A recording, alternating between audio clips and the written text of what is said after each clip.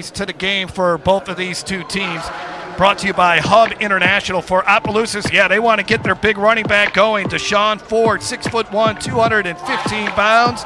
And of course, in any title game, you can't turn the ball over. Cecilia, Coach Dennis Gaines said it's hard to get going fast against Opelousas because defensively they're just so big and physical. So Bulldogs would like to change that. And you'll see this with Cecilia, especially on kickoffs. They do a lot of different stuff, a lot of onside kicks. They recovered an onside kick last week in their semifinal win over Northwest to start the game. Yeah, playing on the turf, it allows you to do a lot of fun things in the kicking game, and they do. They'll huddle together. They'll kick from the middle. They'll sprint out from the outside all the way back to the inside and kick off. It really keeps you on your toes as a special teams coach if you're their opponent. It's going to be a lot of fun to watch these guys play. Opelousas Tigers may be the most impressive-looking physical team that we'll see in the Dome. They are loaded across the board, offense and defense. You just saw the head football coach for the Opelousas Tigers, Jimmy Zachary, who is in his 4th season coaching at his alma mater. We're moments away from the Coca-Cola kickoff from the Caesar Superdome.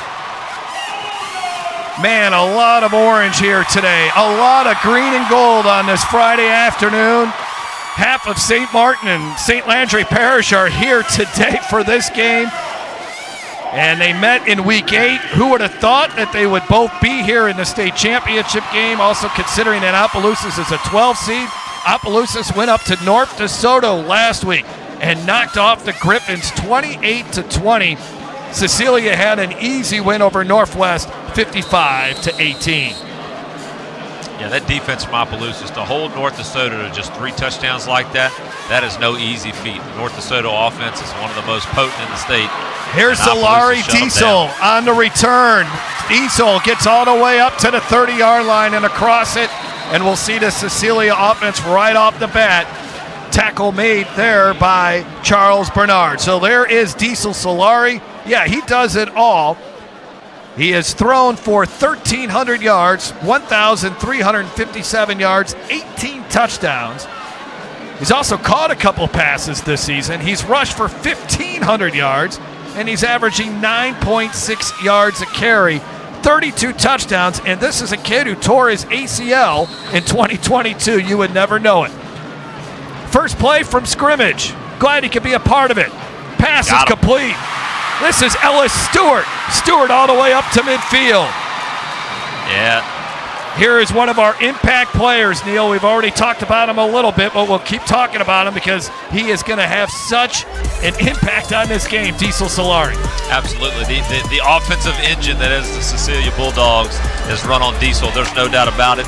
Broussard, the running back, is a great compliment on the inside, and Diesel already using his arm to hurt Opelousas. They swing it out. Pass is complete to Brent Gordon. And he loses the ball, and it looks like the Tigers got it.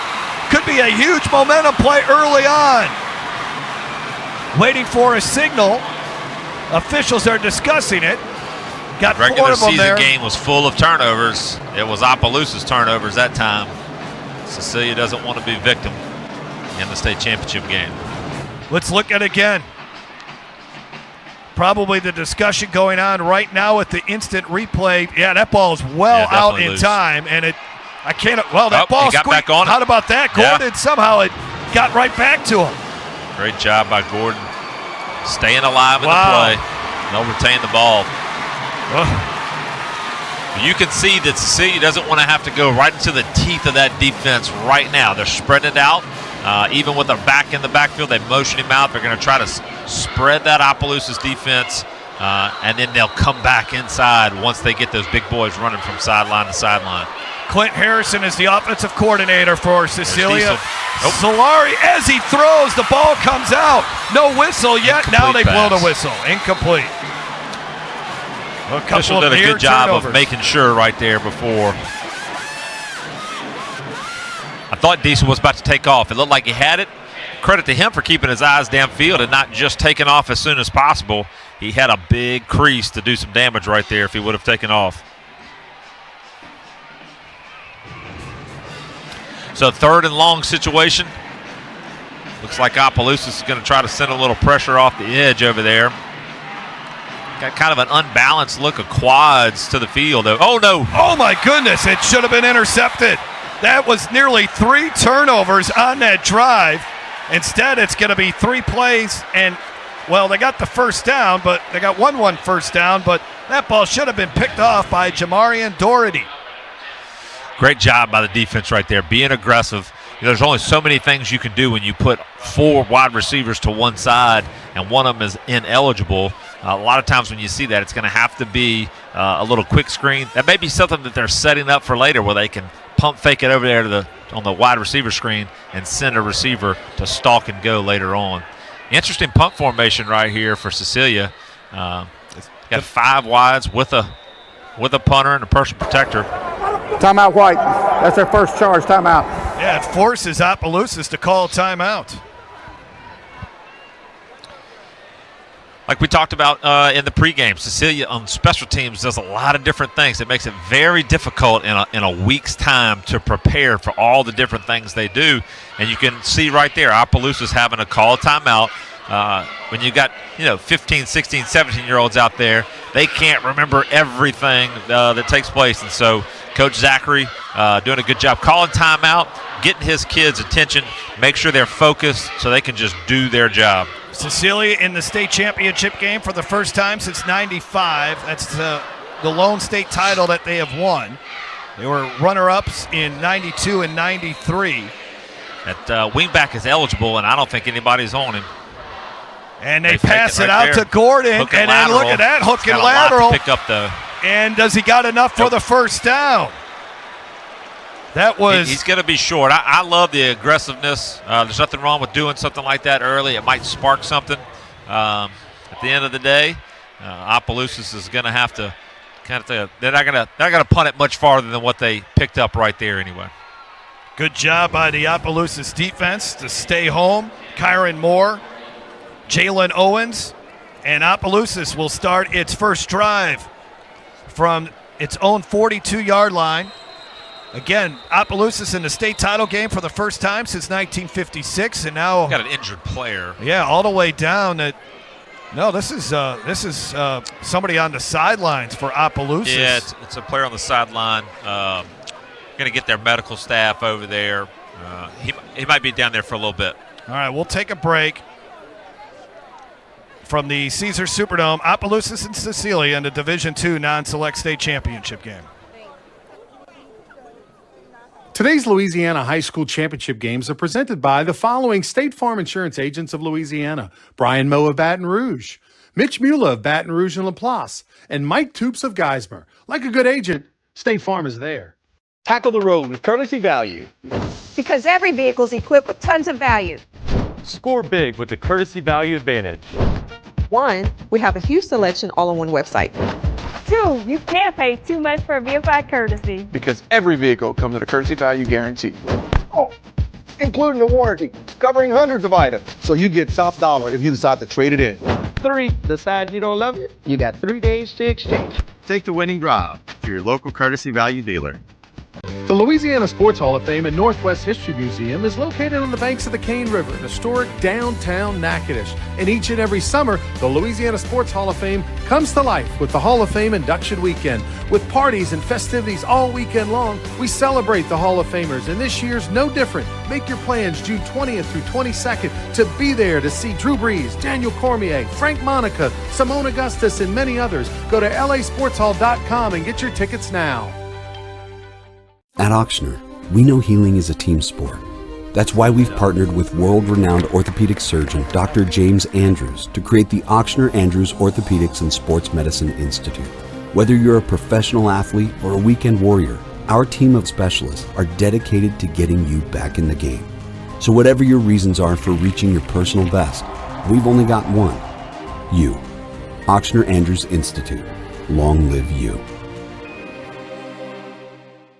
Today's Louisiana High School Championship games are presented by the following State Farm Insurance agents of Louisiana: Drew Dillio of Baton Rouge and Tag Rome of Blanchard, Bossier, and Shreveport, with 3 locations to better serve you. State Farm, here to help life go right.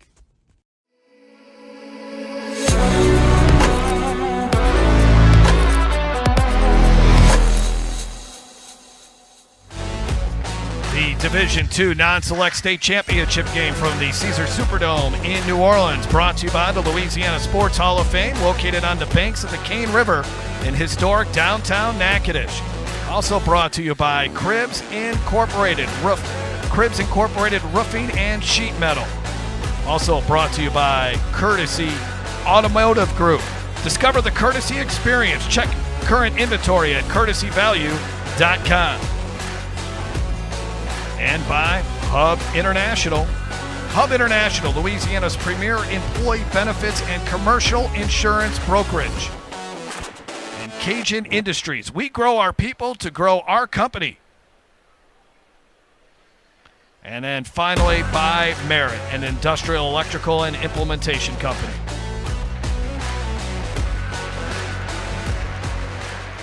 Well, there was an medical emergency on the other side of the field along Opelousas sidelines. The individual is now being carted away, and we wish him the best of luck.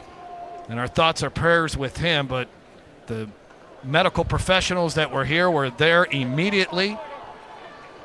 And if we get any kind of an update on what happened, we will certainly pass it along.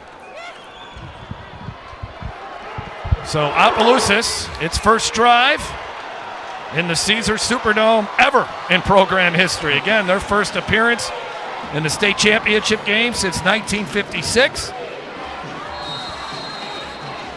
Zach Malvo, the quarterback, with this talented Cecilia defensive line. And they run the football in a bruising run by Zay Amos. Yeah, it looks like Ford is not out there right now. I did see during pregame warm-ups, he was getting a little extra attention from the medical staff, the training staff at Opelousas, so we hope he's okay. We don't have any official word.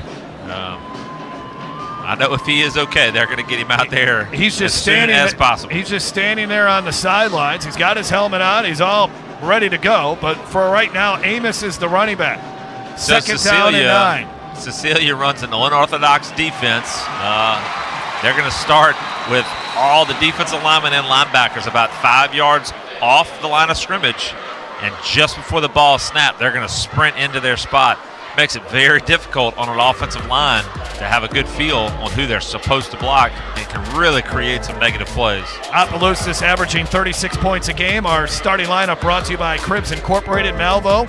Amos gets the start instead of Ford. Miles Zachary is the son of head coach Jimmy Zachary. Corey Fontenot, Trace Ford's back in. Charles Bernard is the tight end. On 3rd down and 10. Malvo rolling out, has his man. It's complete, turning upfield, and that should be enough for a first down. Trace Denafrio making the grab, the senior, 6'2", 205 pounds. Yeah, Denafrio, a fantastic job of running his route and just settling into the open space. So many times those receivers, they just run the route like it's drawn on a play card instead of just feeling it and playing the game. And he did a great job of getting himself open so the quarterback could find him. And that first down brought to you by Courtesy Automotive Group. 1st and 10 at the 46-yard line here for Malvo, a sophomore quarterback at 6'1", 170 pounds. He's really matured quite a bit. They run up the middle and nothing happening there against this Cecilia defense. And so here we go, Deshaun Ford. He has rushed for 736 yards in the playoffs, Neil. Yeah, if Cecilia's offensive engine is run by Diesel, there's no doubt there's a Ford man over there for Opelousas. Everything is going to go through him. He's not a one-man team. He's got weapons around him, but they're going to go as far as Ford can take them. 213 yards rushing last week in the upset win over North DeSoto. Against Cecilia, he carried it 31 times for 159 yards. Runs it off the left side, and he ran over a defender, Ben Terrio. He gets to the 40-yard line, and he wants the football a little bit more. 3rd down and 4 coming up for the Tigers. Yeah, when God designed the running back, that's what they look like right there. That's impressive. 14 comes up and fills it and does exactly what he's supposed to do, but Ford is able to lower his shoulder, run right through that tackle. Opelousas has been outstanding outside of their home parish of St. Landry Parish. They're actually 8-3 on the road this year. So making this trip to the Caesars Superdome, no big deal. Now playing in the in this historic, iconic building is something different. Ford to carry again, and he lowers the shoulders, and he gets the first down. Man, that is just a Mack truck running through there, Neil. Yeah, that's no fun if you're a defensive back having to come up and run fit, and 22 is coming right at you. I think Opelousas has been so successful on the road because of the style of play that Coach Zachary emphasizes, the physicality, the rushing. It doesn't matter what type of field you play on, what the weather conditions are like. If you can run downhill like that, you're going to win a lot of football games. Great kid, according to Jimmy Zachary, the head coach. Works hard. Keeping it is touchdown. Malvo, and Malvo can get into the end zone as he outruns the Cecilia defense for our first touchdown of the game. Touchdown, Tigers. Excellent play call. Excellent read from Malvo. Have to go back and see if it was an actual read play or if it was a called keep for the quarterback. But just an excellent job. When you can run so well on the inside, and then you have an athlete like Malvo who runs so well, that's going to be a tough combination to stop for Cecilia. 15th rushing touchdown of the season for Malvo, who averages 9.5 yards a carry. He's got over 900 yards rushing, and now it looks like Opelousas will go for 2. Malvo nowhere to run, stops, tries to start again, and taken down at the line of scrimmage. But Opelousas cashes in on its opening drive of the afternoon as they score a touchdown. And that was pretty impressive. Yeah, great read play right there. Just going to read the end man on the line of scrimmage. Malvo does a fantastic job, really riding forward towards the line of scrimmage and then pulling it at the last second, and then he was off to the races. Malvo is a young man that's really developed this season. As there you take a look at the head coach for Opelousas, Jimmy Zachary, in his 4th season. He's been coaching for close to 20 years. He started his coaching career at Grambling Lab. He coached at Union. Was the defensive coordinator for the Farmers when they won in 2013. He also coached at Bastrop. He was East Ascension's defensive coordinator. And when he came to Opelousas, he said the program was in shambles. But he has built it up, and here they are playing in the state championship game. It's Jimmy Zachary, a former Grambling State Tiger, where he played nose guard. The return man brings it up, Corey Broussard, to the 24-yard line, and that is where Cecilia will start its second offensive drive. Cecilia exploded against Northwest last week, had 410 yards in the first half, but again, Dennis Gaines, he told me earlier this week, for whatever reason, when they play Opelousas, they just get off to a slow start because of what Opelousas can do defensively against you. But they're so big and physical up front. They're going to knock you back. They're going to shock you. You just have to strain and keep fighting. Jonathan Boudreau got away from one defender, but not the second and third. Offensive coordinator Clint Harrison for Cecilia is going to keep throwing the ball horizontally, and it's the best thing that you can do right now. Defensive line for Opelousas is huge, and you want those big boys running east and west. You don't want them just knocking you back in the backfield, and so it makes them a little unsure on where the ball is going to go. This offensive line for Cecilia, a liability last year, very good this season. Not much running room here for Solari as the Tigers pursued the football very well. Colin Fontenot, one of the defenders there for the Tigers, 55 tackles for him. And Cecilia facing a third down at its own 25. It'll be 3rd and 8.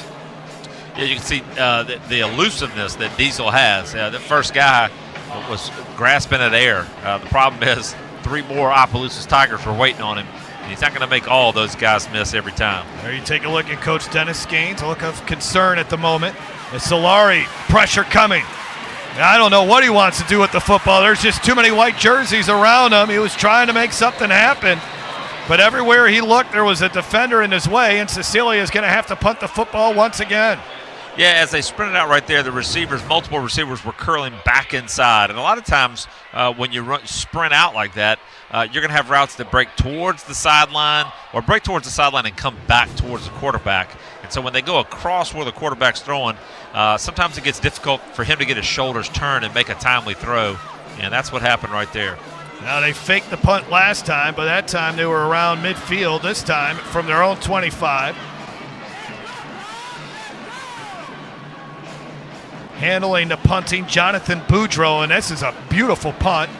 that's going to take a bounce and a roll. That's what you call flipping the field, Neil Weiner. Absolutely. So big, especially like this. You're going to have to make Opelousas go the length of the field. You don't want to give up the big plays. Obviously, they got about a 30-yard touchdown earlier. They're going to try to make them grind it out and make them earn everything. So this drive now starting at the 29-yard line for Opelousas. Second drive of the ball game. Their first drive ended up in a touchdown. Nice drive. It was 7 plays, 58 yards, took 3:33 off the clock. They did not convert on the 2-point conversion. So from the 29-yard line, Malvo and company. And once again, they go with Zay Amos as the running back to begin the drive, and nothing happening there. Braylon Jones, one of the defenders there for Cecilia. Yeah, great job right there by Braylon Jones and the rest of the defense. Because they stem so much where they're not just staying put in the same spot, they're going to have the opportunity to get some free shots before Ford can get going, and that's exactly what they did right there, and they're going to have to do that to keep him from breaking long runs. Coach Skanes calls Braylon Jones an explosive linebacker who just loves the game of football, only a sophomore. Here you look at no down linemen here for Cecilia. This is what they call these amoeba defenses, but there's a hole right up the middle for the ball carrier, and Amos is close to a first down. Yeah, having to rely on a defensive back, that's Gordon right there for Cecilia. Had to come up and make a tackle. That's not really what you want. You don't want your safeties having to make all the tackles. But as they move around, the Cecilia defense is going to start to feel a little bit more comfortable where they're supposed to fit. But that Opelousas offensive line is doing a pretty good job right now of handling a very unique defensive front. That was good enough for a Courtesy Automotive Group first down. Amos, who probably could start anywhere in high school football if he didn't have Deshaun Ford on his team, gets a breather. Ford is back out there from the 39. Ford finds another little crease, and he gets about 9 yards. It's going to be tough to stop this Opelousas offense if you're getting 8 and 9 yards a run. Yeah, they've got it going right now. Cecilia's trying to match the physicality. I think that's part of why they're doing what they're doing. They want to try to keep that Opelousas line, off balance. But so far, Opelousas is taking advantage of it. This is a big offensive line for Opelousas. Chris Esprit, 285 pounds. Joseph Milton, 290. Keegan Moten is also 290 pounds. Second down and 1. Ford being very patient, and he gets the first down. Jacob Joseph, who had a really nice game in the playoff game against Jennings with 9 tackles, was in on the stop there for Cecilia. Ford did a good job of letting his pullers get out there for him. It's kind of like the old Packers sweep right there. They're going to block down on the play side, and they're going to pull 2 linemen. One's going to kick, one's going to wrap and lead. And he did a good job of being patient and get what he needed to get for that first down. Cecilia needs a big play defensively here. Bronson Pat and DeMarco Roberts are 2 guys that are really good at making tackles behind the line of scrimmage. First down. And they're talking about getting a tackle behind the line of scrimmage, and they just got one. They dialed it up that time. Brent Gordon, who is the leading tackler on this team, 93 tackles in the regular season. And there you look at Ben Terrio. He got involved in it as well. 37 tackles for him in the regular season. Fantastic job of spilling the play. Defenses a lot that use their speed, like Cecilia had. They want to spill the ball. In other words, they want it to bounce and just keep going outside, never get north and south. And that's a fantastic job right there. If they can get Ford running sideline to sideline instead of goal line to goal line, it's going to be a great night for Cecilia. Second down and 14. Malvo out of the shotgun. Malvo was 6 of 8 last week for 130 yards. He'll run the football. Not much running room, and the Bulldogs defense. Gordon in on another tackle, along with Braylon Jones, and it's 3rd down and long now for Opelousas. Yeah, same thing. They're trying to run outside a little bit. I think they're hoping as an offense, if they can spread Cecilia out, they can start gashing them up the middle. That's 2 plays in a row there. They've gone backwards instead of going straight downhill. Now they're in a passing situation. Let's see what they do. Opelousas was 2 for 2 from 3rd down on its opening drive that resulted in 6 points. Malvo to throw. Malvo all the way to the near side and over his receiver's head, Miles Zachary. And Cecilia's defense comes up with the stand, and they have forced a punt late in this first quarter. So Malmo did a great job. He found the right guy. They ran what we call a smash route. It's a high-low concept on the corner right there. The corner went deep to cover the slot receiver running the deep route, and he hit the underneath guy just a little high on the throw. If he'd have got it to him, he'd have picked up 8, maybe more if you make one guy miss. Ellis Stewart back to return for Cecilia. The kicker punter for Opelousas is Ashton Smith. So you take a look at Stewart. Ooh, block punt. And they blocked it. Ball bouncing around. Cecilia picks it Diesel. up. Solari's got it. And there's the Cecilia special teams. They work on it as much as any high school football team in Louisiana, and you got your starting quarterback on the punt block team. I love it. That's what great programs do. They're going to get their best players on the field, and it doesn't matter what position you play. You need your best 11 guys on the field. Diesel was returning kicks. Now he's helping to block punts, and he recovers that one right there. That's huge. I did notice the Opelousas punter is not very deep. And so he's got to be quick to get that off, and if he takes too long, that's going to keep happening tonight. Jylen Wiltz telling all his teammates how he did it. He gets the block punt, and a big momentum shift in this game. Cecilia, great field position now from the Opelousas 25-yard line. So Cecilia kind of shifting gears offensively instead of spreading everybody out. Now they're going to tight end H combo, 21 personnel or 12 personnel groupings, and now they're going to try to run it a little bit, maybe slow some things down. Corey Broussard made the tackle. Got the ankle tackle there. So Solari now 2nd down and 9. Oh, nothing happening there for Broussard. Ran into a brick wall, and the man there defensively, Jonathan Ford, the 6'1", 270-pound junior. That was impressive. I think that's the running back's brother. Yes, it is. He's really good when you don't block him. There was a screw up front. Not sure what the assignment was, but he was unblocked, and you don't want that guy unblocked in your backfield. Well, Jimmy Zachary said when they need to stop the run, they can do it, and they're going to try to do that here with Broussard, who's rushed for over 1,200 yards this season, averaging nearly 8 yards a carry. Cecilia facing 3rd down and long once again with Colin Dore in the backfield with Solari. And that's the end of the first quarter. Opelousas gets on the board as they scored on its opening drive. Coach Dennis Gaines' offense has gotten off to a slow start here, but looking for a big That would be the end of the first quarter. On 3rd down. Malvo running it into the end zone for the Tigers. They're up 6-0. Today's Louisiana High School Championship games are presented by the following State Farm Insurance agents of Louisiana: Brian Moe of Baton Rouge, Mitch Mula of Baton Rouge and LaPlace, and Mike Toops of Geismar. Like a good agent, State Farm is there. Tackle the road with courtesy value. Because every vehicle is equipped with tons of value. Score big with the Courtesy Value Advantage. 1, we have a huge selection all on one website. 2, you can't pay too much for a vehicle at Courtesy. Because every vehicle comes with a courtesy value guarantee. Oh, including the warranty, covering hundreds of items. So you get top dollar if you decide to trade it in. 3, decide you don't love it? You got 3 days to exchange. Take the winning drive to your local Courtesy Value dealer. The Louisiana Sports Hall of Fame and Northwest History Museum is located on the banks of the Cane River in historic downtown Natchitoches. And each and every summer, the Louisiana Sports Hall of Fame comes to life with the Hall of Fame Induction Weekend. With parties and festivities all weekend long, we celebrate the Hall of Famers, and this year's no different. Make your plans June 20th through 22nd to be there to see Drew Brees, Daniel Cormier, Frank Monica, Simone Augustus, and many others. Go to lasportshall.com and get your tickets now. At Auctioner, we know healing is a team sport.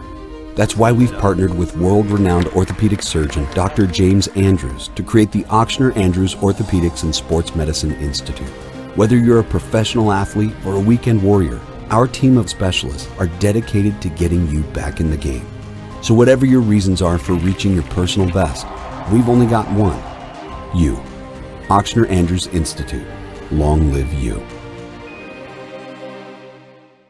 Today's Louisiana High School Championship games are presented by the following State Farm Insurance agents of Louisiana: Drew Dillio of Baton Rouge and Tag Rome of Blanchard, Bossier, and Shreveport, with 3 locations to better serve you. State Farm, here to help life go right.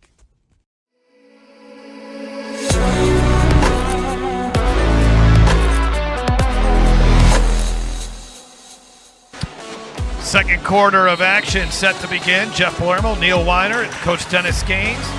Cecilia facing 3rd down and 10 at the Opelousas 25-yard line. Cecilia just 1 loss on the season as, getting crushed on the play was Solari.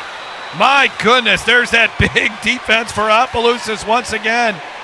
Jamarian Doherty lays the wood on Solari. So many guys on that defensive front right there that are just going to be a problem all night. Cecilia trying to get something going in the passing game.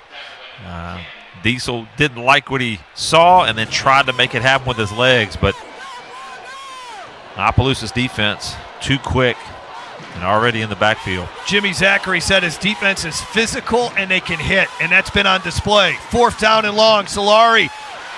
Pass will be incomplete. Trying to hit Jonathan Boudreau, a senior. And once again, Cecilia unable to get any points on the board after getting the block punt. They turn it over.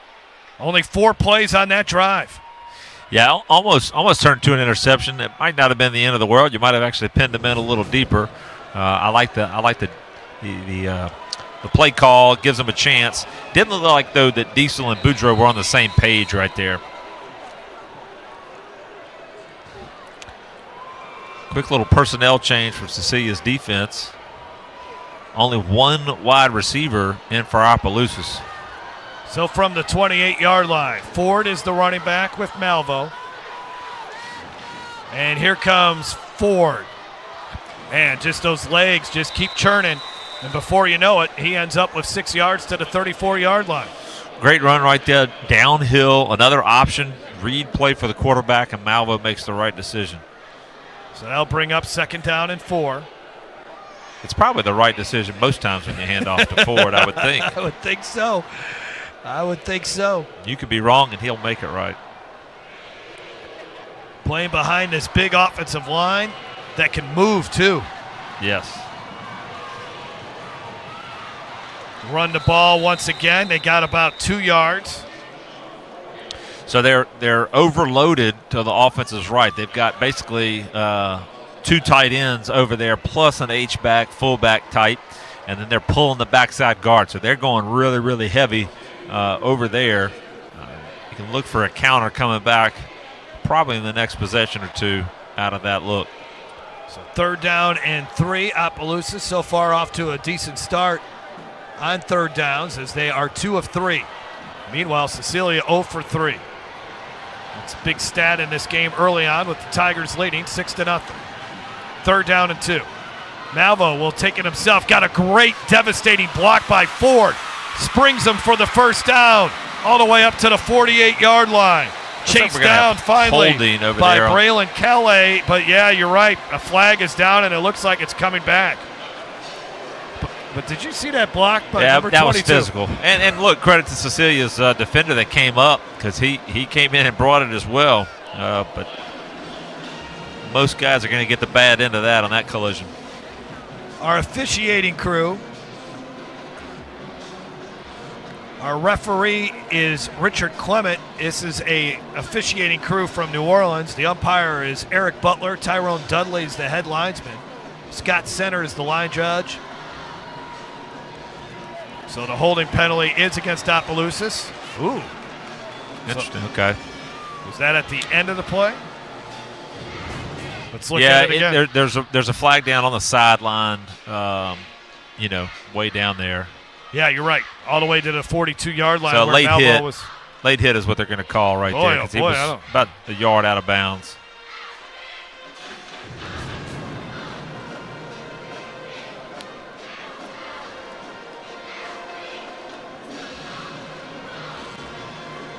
So they're sorting it out still.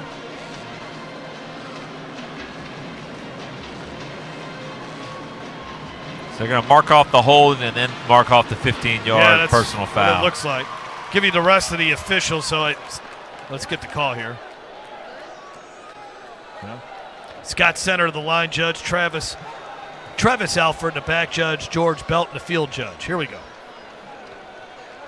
We'll get the explanation. Holding on the offense. That's going to be a 10-yard penalty. Also have a dead ball foul, personal foul, late hit out of bounds. That will be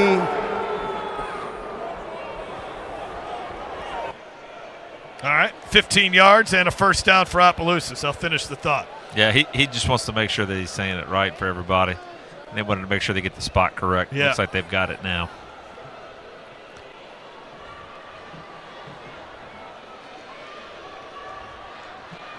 Okay, 1st and 10 at the 43 after all that. So Cecilia playing with 2 safeties. If you're going to play 2 safeties and they've only got 1 wide receiver, they're going to run the ball all night. But what Cecilia is doing is taking number 13, the safety, let's see, that's Calais, and they're bringing him into the box right there to get a 9th man in there. There's the counter we talked about. Ford gets another 5 yards, and Calais makes the tackle. We had not been able to introduce you to the Cecilia defense, brought to you by Cribs Incorporated. Timmy Andrus, Rylan Hardy, DeMarco Roberts on that defensive line. Bronson Pat, Ben Terrio, Braylon Jones, your linebackers. B.J. Gordon, the DB. Jacob Joseph, another defensive back. Colin Dore, Frankie Frank, gotta love that name, and Jalen Wiltz. Sounds like a R&B artist from the 90s. Or a Zydeco band, right? Yeah, that's true. That's probably better shot. 2nd down and 6. Ford again, and now he's got a lot of running room, and he's tackled from behind. Well, Check that, not Ford, not as Ford. they ended up giving the football that time to Cody Major, who's a sophomore. Nice to say run that right guy there. looked a little smaller, but still runs just as hard as Deshaun Ford. Opelousas is doing a great job of running downhill in the A-gap. So many times running backs, they want to bounce it out so quick. They're doing a great job of staying disciplined and running right where they're supposed to and waiting for that hole to open up. At the 40-yard line. Ford, the running back, gets it again, and he's got some room. Ford, again, all the way to the 21, and it's not a good sign if Brent Gordon's getting all the tackles here for Cecilia. Yeah, you don't want your free safety to be your leading tackler. And look, some of that's going to improve, or Opelousas is going to start wearing them down up front. They definitely have the size advantage, and that's what they're trying to do now. You notice their last possession, they were going east and west so much.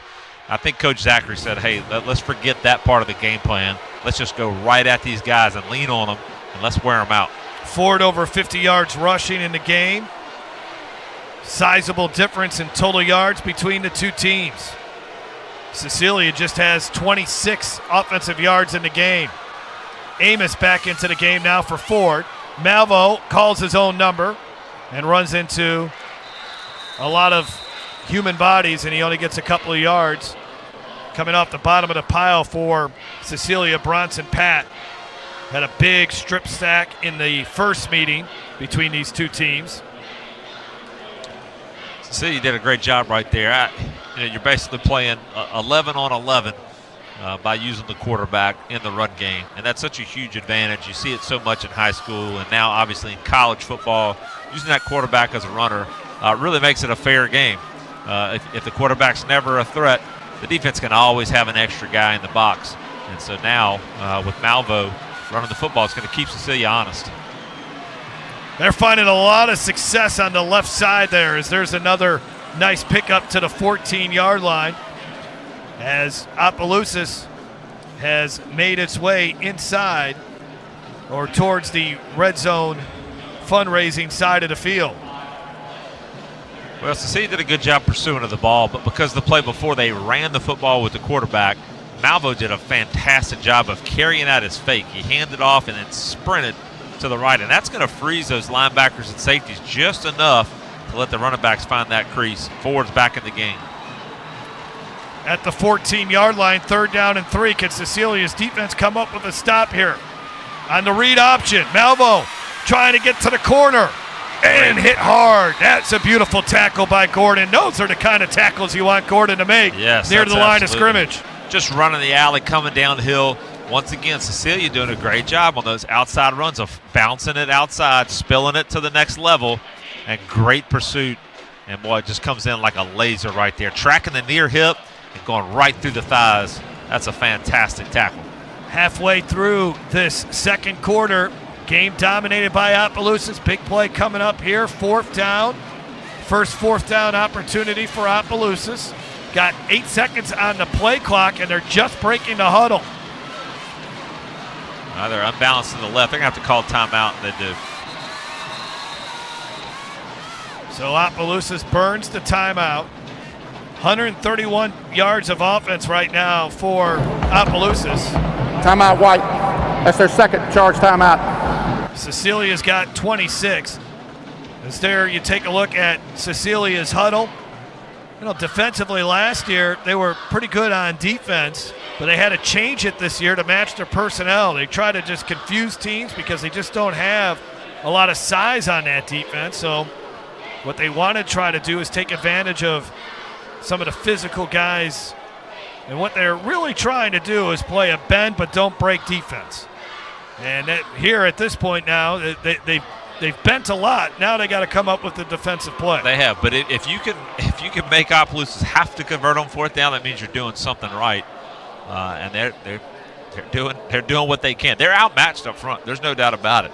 And so they're going to have to make a stop like this right here. Cecilia's defense comes back out in the field. 4th down and a short one. Just got to get that ball to the 11. I think they got to get that ball to number 22. That's probably a good play call. Let's see what happens here. They don't. Malvo trying to get to the outside. Gordon, another big-time stop. Beautiful play by Gordon.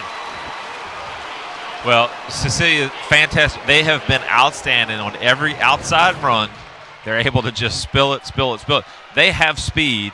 I think Coach Zachary, like he did earlier, needs to be emphasizing to his offensive staff, hey, let's go right at them.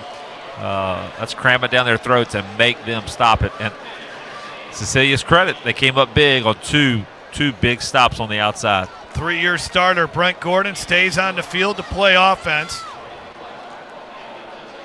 So now Solari and this Corey Broussard offense tries to get something going. So far, Opelousas' defense has been dominant.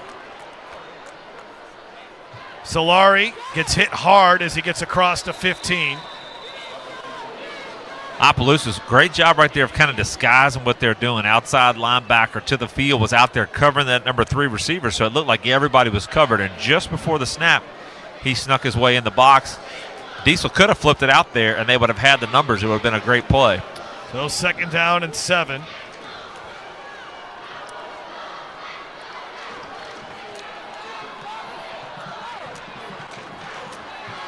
Broussard right up the middle.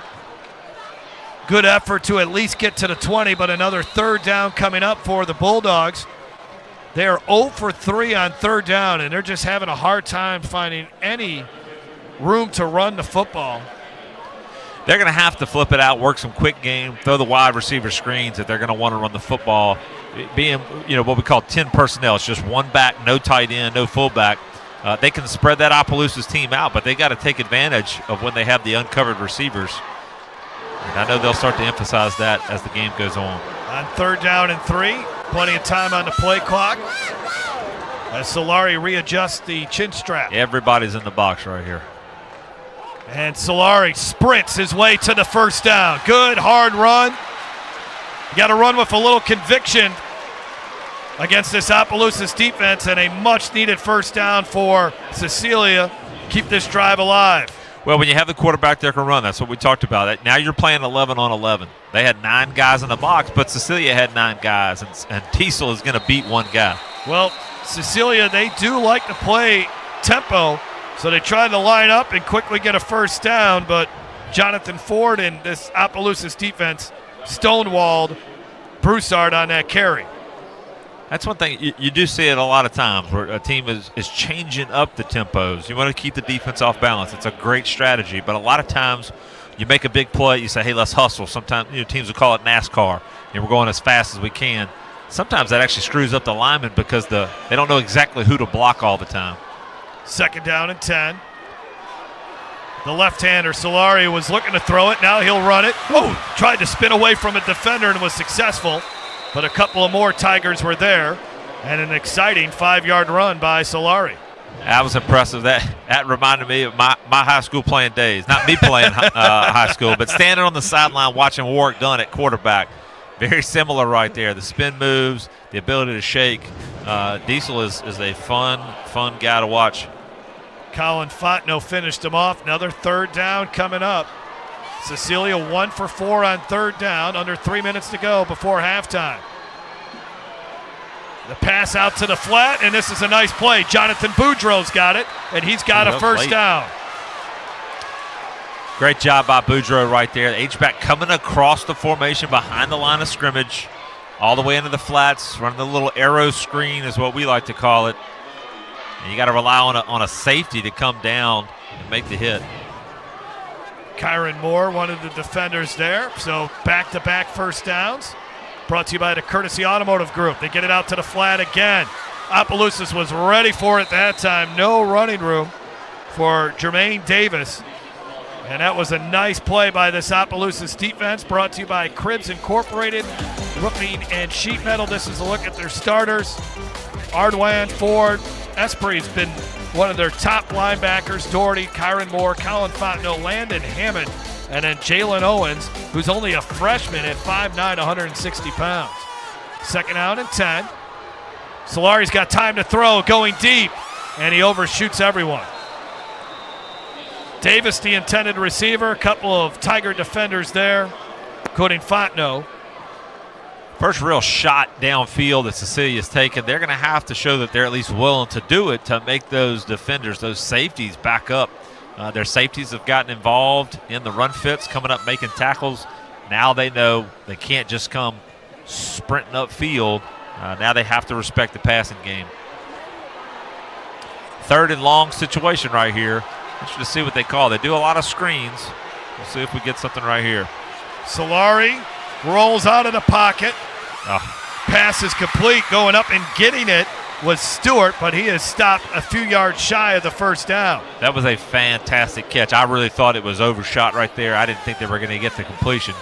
Great job of Stewart climbing the ladder up there and making the play. Might need to see a chiropractor this weekend after getting hit pretty hard in the back. Yeah, that's a good little shot right in the ribs. Good clean hit. All right, so 4th and 3 right here. Try to go with a little motion check right there. Opelousas stayed disciplined. Good for them. They'll call a timeout, will Cecilia. With 1:33, Bulldogs trailing Opelousas 6-0. Cecilia's first charge timeout. So I like the timeout call right because this is huge. Right, you go for it and you don't get it. Now you're giving Opelousas the ball with just 1:30 at midfield. So you want to make sure if you're going for it that you're confident and you know your kids know exactly what to do. Merritt is an industrial, electrical, and instrumentation company that has been in business for over 35 years and operates in 27 states. From small capital projects to large or facility maintenance. For more information, check out merrittelectrical.com. And Hub International is Louisiana's premier employee benefits and commercial insurance brokerage. Chances are you're probably already doing business with someone who does business with Hub. Turn to the agency that the Tigers, Saints, and Pelicans choose, Hub International. You can visit them today at hubinternational.com. Look at Diesel Solari. What he has meant to the Cecilia program. Big reason why they are in the state title game. Only about 5'8", but he's strong. He's got running back thighs. He's built. Very little body fat. He likes being a runner. Probably doesn't want to be a quarterback, but he's really good at it. They're in punt formation, but because the formation is just so different, they could fake it and get somebody free, but they're going to punt it and not the punt they wanted. Hopefully they get a good bounce. It was a high punt, and they don't get a good bounce. And well, heads-up play by the guys downfield covering to get on that, not let them lose more yards. So Opelousas has 2 timeouts to work with, a minute 26 to go before halftime, and Opelousas will also get the ball to begin the second half. So an important stretch here in this football game. Well, look, if you're Cecilia, if you can get to halftime and it's only 6-0, you've only given up 1 touchdown to this Opelousas team, you got to feel really excited because you're in a similar situation that you were in the regular season where they were ahead, but you started getting momentum back. So they can get a stop right here. They can feel really excited going into halftime. From the 34-yard line, Zach Malvo. They'll keep it on the ground, and not much happening there. Getting down low and making the tackle for Cecilia, Jacob Joseph. Nice play there by Joseph. Yeah, Opelousas not in a hurry. They're just going to do what they do. They have the ability to throw the ball, but certainly they're not a passing team. So I think for them, they can kind of spread it out. They use 3 wide receivers, which they haven't been doing a whole lot. They're hoping to spread that Cecilia defense out. And you know Ford only needs a crease. 2nd down and 10. Oh, Malvo kept it. Malvo's in the open field. Malvo, foot race, what guy to beat? They won't catch him. Huge touchdown for Opelousas. Absolutely huge. And now you can see why Coach Zachary and Opelousas was in no hurry. They knew they had that big play capability. Once again, play before, stuff it inside. Next play, you just kind of dangle that cheese out there.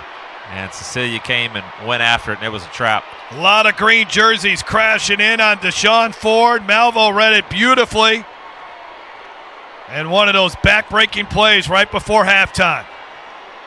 Yeah, it's exactly what you didn't want right there. Yeah, it's not a matter of second guess. If they'd have gone for it and got stuffed, they pretty much would have gotten the ball in the same situation and possibly could have scored. Malvo will follow that big offensive line, but he will not get there. As Bronson Pat in on the stop. So now it is a 12-0 game. Cecilia leading the Bulldogs as Opelousas scores on its first drive of the ball game and most likely its last drive of the second half. A 2-play, 66-yard drive, and that's a 66-yard touchdown run for Malvo, who now has 102 yards rushing in this game on 2 touchdowns. Yeah, Malvo, outstanding job. You know, Gordon for Cecilia has done such an amazing job of coming up and making tackles. Because of the fake inside, he wasn't in the position that he needed to be in order to make the tackle on the quarterback, and Malvo made him pay. Malvo struggled, the sophomore, against Cecilia earlier this season, especially throwing the ball. He threw a couple of interceptions, only completed 3 passes for 18 yards.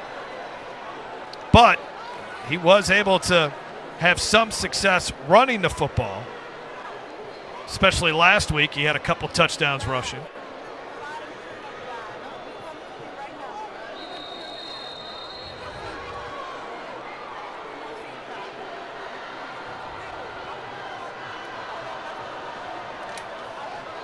Deep kick right there. Ashton Smith with the boot. It's going to be Diesel.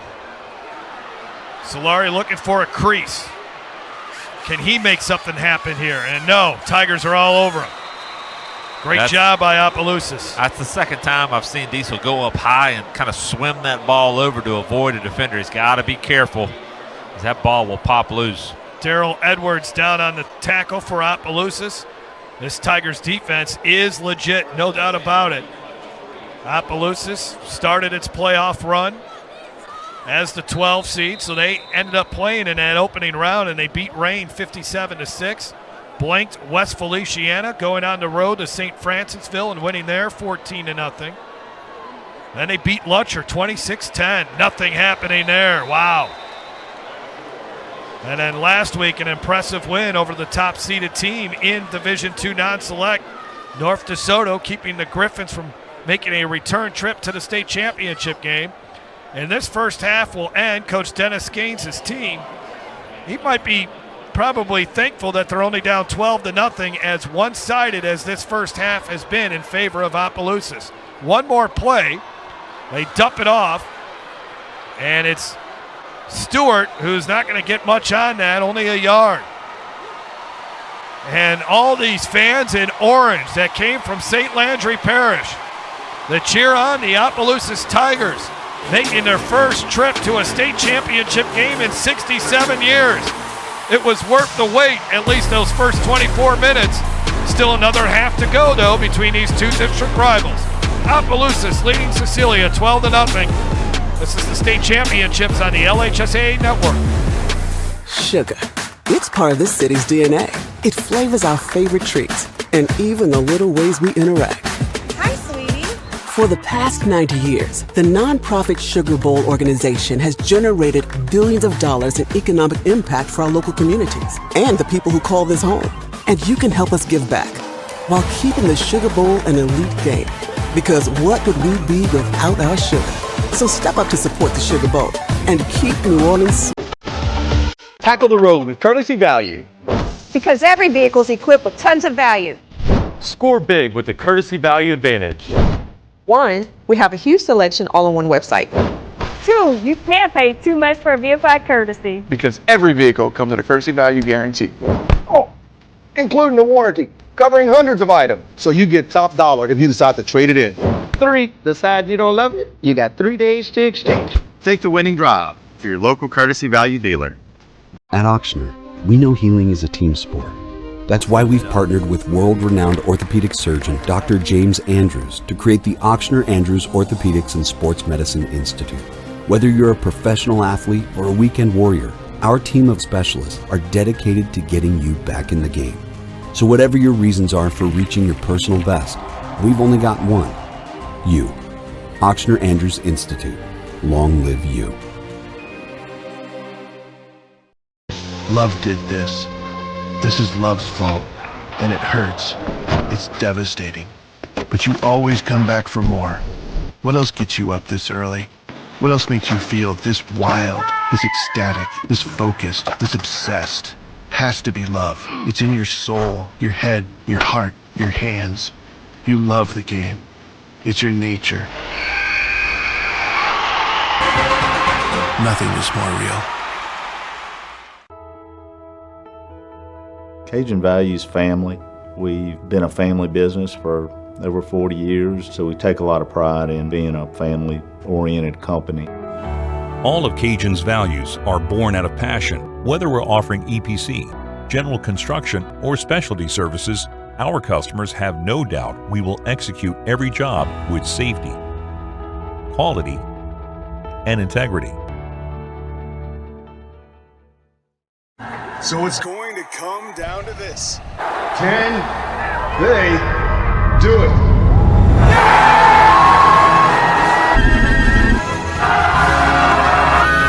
Oh no, they missed it! Wait a minute! There's a flag on the play!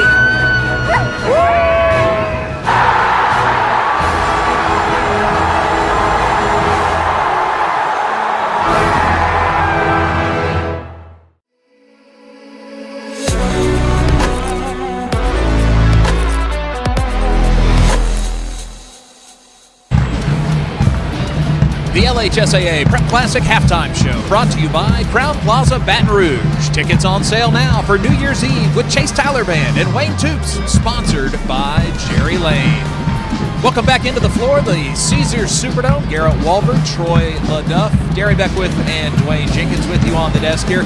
So first 24 minutes are in the books, couple of touchdowns, no extra points for Opelousas. This is a great start for the Tigers. It is. You know, Zach Malvo, coach talked about it, Derry talked about what he can do with his legs. He's a weapon in the game. You know, you're running his own read. You got Deshaun Ford to give the football to. He pulls it. 2 nice touchdowns. I think the Tiger defense has played very well and tackled so well today. They have created a new line of scrimmage against Cecilia's offense. One thing I noticed about Opelousas' offense, we thought we were going to see a heavy dose of Deshaun Ford, but it's been running back by committee. So what a luxury when you can play 3 running backs. Oh, on top of that, you have a quarterback who runs a 4-4. We've seen the Zach Malvo show in the first half. He came out and he has made the plays that his team needs to make, and that's been consistent all season long. When they've had to have it, he showed up in the big spots, and you can't say enough about that defense. That defense is flying to the football. I think Cecilia had 61 yards of total offense in the first half on 23 snaps. You can win a lot of championships playing that type of defense. It's tough for them right now. A couple of possessions, a couple of punts. What can they do to break out of this funk? First thing, they're going to have to find a way to get Diesel loose, and that's going to start up front. They've got to find a way to slow down the front of Opelousas. The big boys are reestablishing the line of scrimmage, and on the chance that they get outside on the perimeter, they run so well. There's no gimmick right there to overcome that speed. Like I said, I think Opelousas is too fast sideline to sideline. So what Cecilia is doing offensively, they're trying to spread them out, and they're having difficulty doing that. If I was Cecilia, I may try to come out 22 personnel, 2 tight ends, 2 running backs, see if we can establish a run game and make Opelousas come up and try to hit one of those tight ends over the top. I think so. I agree with those comments. Maybe the screen game. Hadn't seen a lot of screen for them. I know you watch extensive film on them. Maybe the screen game to slow that rush down of Opelousas. The only thing that the first play they had some success on a quick game, and they haven't gone back to it. They went empty on that first play, went empty through quick game, and was able to get it out of his hands quick, and we haven't seen that again. Also, I see Opelousas does not have any safeties over the top, so maybe they try to take a deep shot when they come back in the third quarter. When they matched up in Week 8, it was a tale of 2 halves. It was 22-8, Opelousas beating Cecilia on the road, and then in the second half, Bulldogs come out, they score 17 unanswered and win away with the win, 25-23. Let's see what the rest of our day shakes up with here in New Orleans. You'll see Union Parish, the Farmers, taking on the Wildcats of St. James. A couple of top 5 seeds there. And then our nightcap, Catholic versus Acadiana, the 8 versus the 3. Stay with us. A great Friday on tap here in New Orleans. We'll be back more with the Prep Classic Halftime Show after this. Today's Louisiana High School Championship games are presented by the following State Farm Insurance agents of Louisiana: Drew Dillio of Baton Rouge and Tag Rome of Blanchard, Bossier, and Shreveport, with 3 locations to better serve you. State Farm, here to help life go right. Sugar. It's part of this city's DNA. It flavors our favorite treats and even the little ways we interact. Hi, sweetie. For the past 90 years, the nonprofit Sugar Bowl organization has generated billions of dollars in economic impact for our local communities and the people who call this home. And you can help us give back while keeping the Sugar Bowl an elite game. Because what would we be without our sugar? So step up to support the Sugar Bowl and keep New Orleans sweet. Love did this. This is love's fault, and it hurts. It's devastating. But you always come back for more. What else gets you up this early? What else makes you feel this wild, this ecstatic, this focused, this obsessed? Has to be love. It's in your soul, your head, your heart, your hands. You love the game. It's your nature. Nothing is more real. Today's Louisiana High School Championship games are presented by the following State Farm Insurance agents of Louisiana: Brian Moe of Baton Rouge, Mitch Mula of Baton Rouge and LaPlace, and Mike Toops of Geismar. Like a good agent, State Farm is there. Cajun values family. We've been a family business for over 40 years, so we take a lot of pride in being a family-oriented company. All of Cajun's values are born out of passion. Whether we're offering EPC, general construction, or specialty services, our customers have no doubt we will execute every job with safety, quality, and integrity. So it's going to come down to this. Can they do it?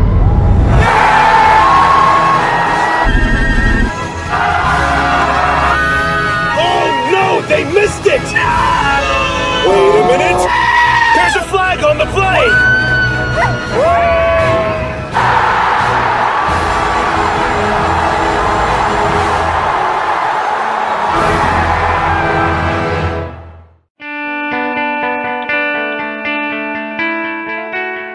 Before I got active in Farm Bureau at the level that I'm at now, I often felt like I was isolated on the farm. It was just me against the world.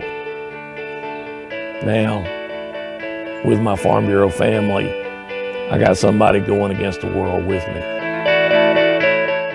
I am Farm Bureau.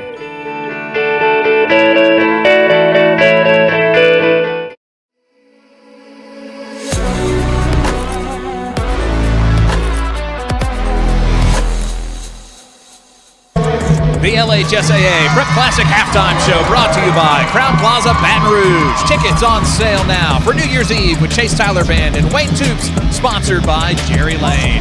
The Cecilia Bulldogs Marching Band takes the field here at Caesars Superdome. Great Friday afternoon to everybody tuning in on NFHS Network and YourView. Thanks for joining us for the halftime show today.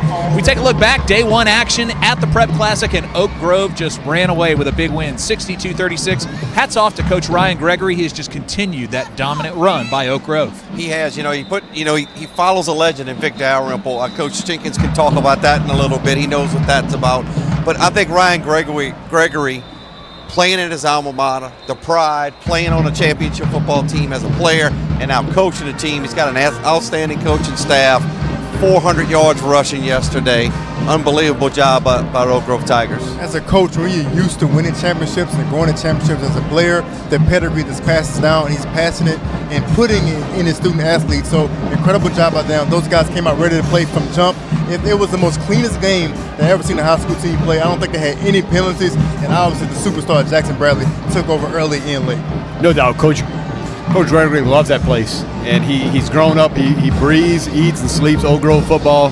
He played for the legend Vic Dalrymple, who had won 4 state championships at Oak Grove, and now Coach Gregory's won 4 in the last 5 years, and it doesn't look like that train's slowing down anytime soon. He talked about it in his post-game press conference. As soon as they get back, they're working on next year. And with the juniors back, especially the quarterback and the leader, Jackson Bradley, there's no doubt that they'll be the favorites to be here again next year. Bradley was the most outstanding player of the game. He'll be back next season. Let's hear from the Oak Grove players and Coach Gregory.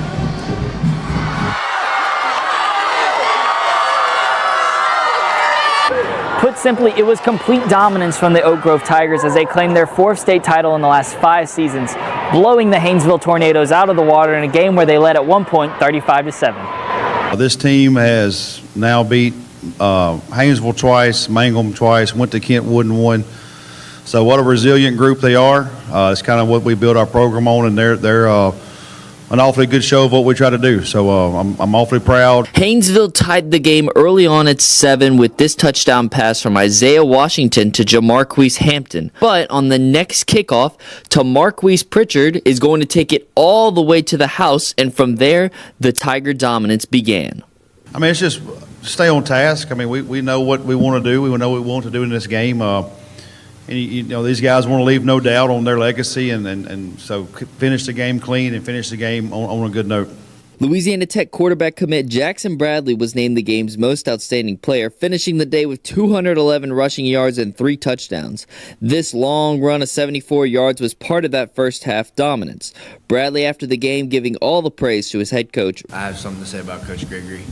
9 straight semifinals, back-to-back twice in 5 years. He always says he has really good players, but really good players are nothing without really good coaches, and that's what he is. He's a really good coach.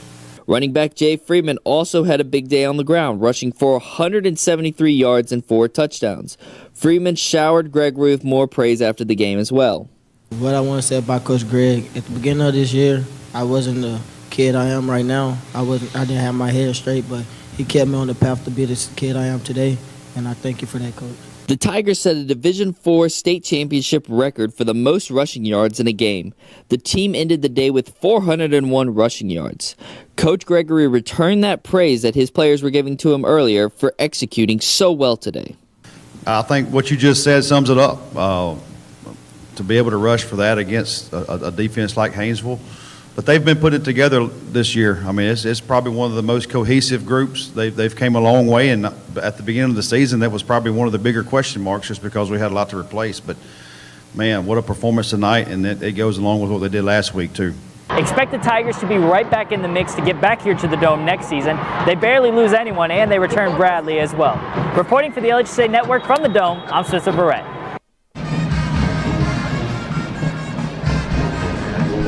So Oak Grove wins their 8th championship all-time and 4th in the last 5 years. Coach Ryan Gregory certainly has it rolling. We come back on the other side of this break. Highlights from the first half between Opelousas and Cecilia. We'll see some stats as well. You're watching the Prep Classic Halftime Show on NFHS Network and YourView.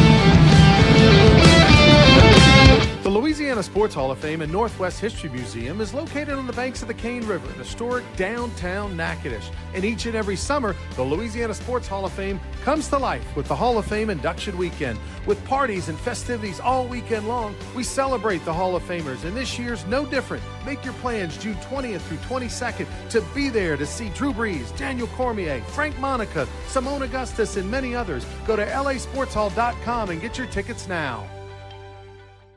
People look up to our craftsmanship, Quilts Incorporated for every roof or sheet metal job.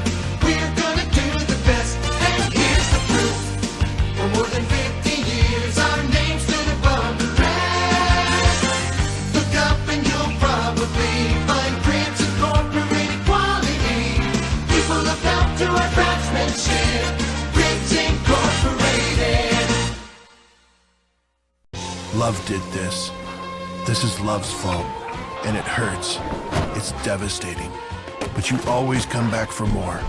What else gets you up this early? What else makes you feel this wild, this ecstatic, this focused, this obsessed? Has to be love. It's in your soul, your head, your heart, your hands. You love the game. It's your nature. Nothing is more real. When you're done celebrating your team's big win, it'll be time to start making plans for New Year's Eve. Tickets are on sale now for the 2023 New Year's Eve celebration at Crowne Plaza, Baton Rouge.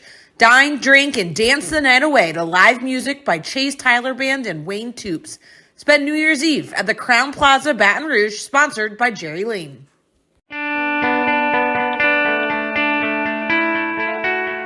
Before I got active in Farm Bureau at the level that I'm at now, I often felt like I was isolated on the farm. It was just me against the world. Now, with my Farm Bureau family, I got somebody going against the world with me. I am Farm Bureau.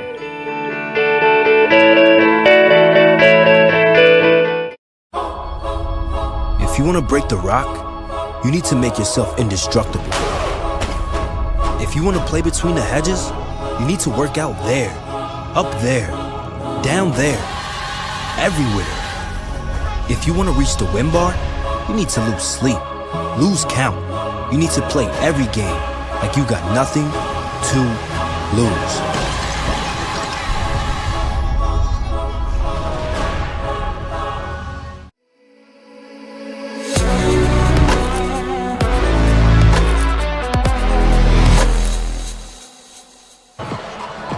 This is the LHSAA Prep Classic Halftime Show, brought to you by Crowne Plaza, Baton Rouge. Tickets on sale now for New Year's Eve with Chase Tyler Band and Wayne Toops, sponsored by Jerry Lane. Well, we're looking to see who's going to have supremacy in Division II non-select in Acadiana. Opelousas and Cecilia right now, a 12-0 game in favor of the Tigers. Got a chance to look at some highlights, and Zacchaeus Malvo led the way over 100 yards in the first half. Absolutely, 102 rushing yards, 2 touchdowns on the day. You see right there, zone read did a really good job. Defense was sucked in. He kept it on the outside. That's a great play. This is the punt that got blocked right here, which was a big opportunity for Cecilia. You see the Diesel picking it up. And the big thing about that was the defense stood for Opelousas and kept them out the end zone there. And right here, obviously, Deshaun Ford gets loose. Again, not as many carries as the first half. They're doing running back committed. Right here by Malvo. Zone read, gets on the edge. 4-4 speed. You're not going to catch him. Looks like Jaden Daniels, a mini version of Jaden Daniels, and gets to the end zone for a second touchdown. Well, these two teams kind of leading the way here to kick off our day. Let's see the stats brought to you by Cajun Industries. Just 17 rushing yards for the Bulldogs, 184 piled up by Opelousas. Cecilia and Opelousas have struggled to pass the ball with any consistency. Total yards certainly favor the Tigers to this point. No turnovers, though Cecilia did block a punt, and the time of possession favors the Tigers for now. Guys, just thoughts on what needs to go right for Cecilia to inject themselves back in the game. You look at that stat, you want to throw that in the garbage because those are terrible stats, obviously, for Cecilia. But you got a whole new half. You got 24 minutes of football. I think on the other side for Opelousas, if I'm coaching, I'm telling guys, we left some points on the board. We missed some opportunities to be up by 4 touchdowns in this game. If I'm Cecilia, 0-0, don't panic. stick with your game plan, make a little adjustments. I think they're playing well defensively, and for Opelousas, keep your foot in the pedal. Don't give up, because obviously this Cecilia team historically is tough, and they will try to get back in this ball game. I think for Cecilia, you have to get Diesel Solari going. You're going into halftime. He's got 7 carries for 13 yards. It's going to be tough for them to be successful unless they can get Diesel loose. And for Opelousas, just keep doing what you're doing. Keep pounding the football, leaning on that big offensive line, and the defense just has to keep attacking. For Cecilia, they're back in the Dome for the first time in 28 years. Let's see if they can pay some dividends here. We'll be back, and they'll kick off the second half. Opelousas getting the ball when we return to the Caesars Superdome.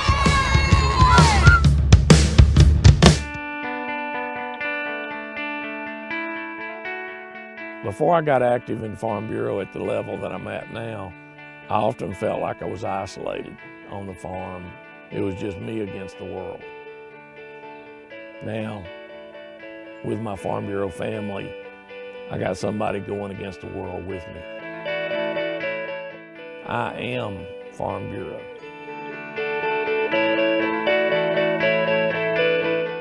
Today's Louisiana High School Championship games are presented by the following State Farm Insurance agents of Louisiana: Drew Dillio of Baton Rouge and Tag Rome of Blanchard, Bossier, and Shreveport, with 3 locations to better serve you. State Farm, here to help life go right. Tackle the road with courtesy value. Because every vehicle is equipped with tons of value. Score big with the courtesy value advantage. 1, we have a huge selection all on one website. 2, you can't pay too much for a vehicle at Courtesy. Because every vehicle comes with a courtesy value guarantee. Including the warranty, covering hundreds of items. So you get top dollar if you decide to trade it in. 3, decide you don't love it? You got 3 days to exchange. Take the winning drive to your local courtesy value dealer. When you're done celebrating your team's big win, it'll be time to start making plans for New Year's Eve. Tickets are on sale now for the 2023 New Year's Eve celebration at Crown Plaza, Baton Rouge. Dine, drink, and dance the night away to live music by Chase Tyler Band and Wayne Toops. Spend New Year's Eve at the Crown Plaza, Baton Rouge, sponsored by Jerry Lane. Sugar. It's part of this city's DNA. It flavors our favorite treats and even the little ways we interact. Hi, sweetie. For the past 90 years, the nonprofit Sugar Bowl organization has generated billions of dollars in economic impact for our local communities and the people who call this home. And you can help us give back while keeping the Sugar Bowl an elite game. Because what would we be without our sugar? So step up to support the Sugar Bowl and keep New Orleans sweet. Today's Louisiana High School Championship games are presented by the following State Farm Insurance agents of Louisiana: Brian Moe of Baton Rouge, Mitch Mueller of Baton Rouge and LaPlace, and Mike Toops of Geismar. Like a good agent, State Farm is there.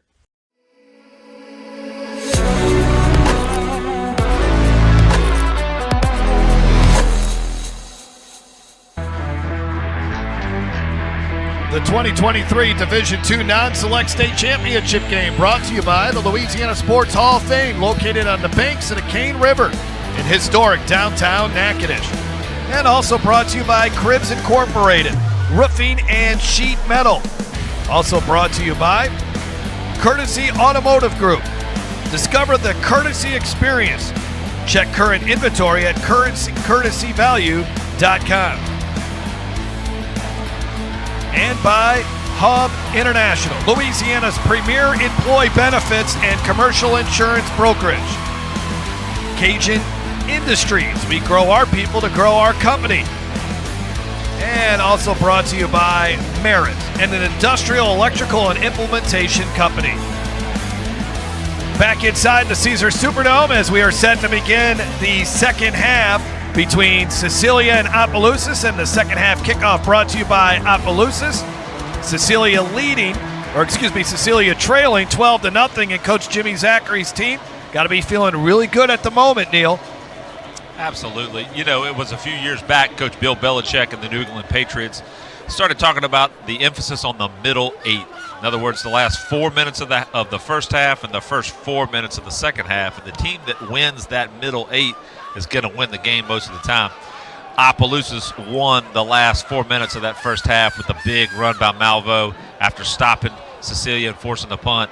If they can get a score on this first drive, that might be the nail in the coffin. Will they get the ball? Because Cecilia loves Absolutely. the onside kick, and if there's ever a time to try it, down by 2 touchdowns, looking to change the momentum in your favor in the second half, this would be the chance to do it right here with Jonathan Boudreaux. Yeah, you can see them lined up in this semicircle formation. They're going to get the signal from the sideline as to what type of kick they're about to do. The kicker will give them the indication of what's about to take place, and then they'll sprint to the spot that they're supposed to be in. They run dozens of plays off onside kicks. They make it fun for the kids who want to be on special teams. So let's see what happens. Even though it looks like a traditional formation, doesn't mean we won't have an onside kick. And after all that build-up, they just kick it down the field. Thanks for nothing. Well, let's see if they can pin them back, because there was really just the return man back there. Spinning off the tackler, though, is Jamarian Doherty. And Doherty able to get to about the 19-yard line. Dominating first half for Opelousas, 196 yards of offense to Cecilia's 61. Remember, Cecilia had over 400 yards of offense in the first half last week against Northwest.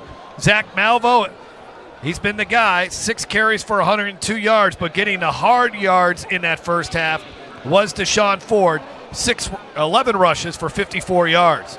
Yeah, Malvo had the long runs, but they're all set up by that inside run game and the threat of Ford on the inside. They're a great 1-2 punch.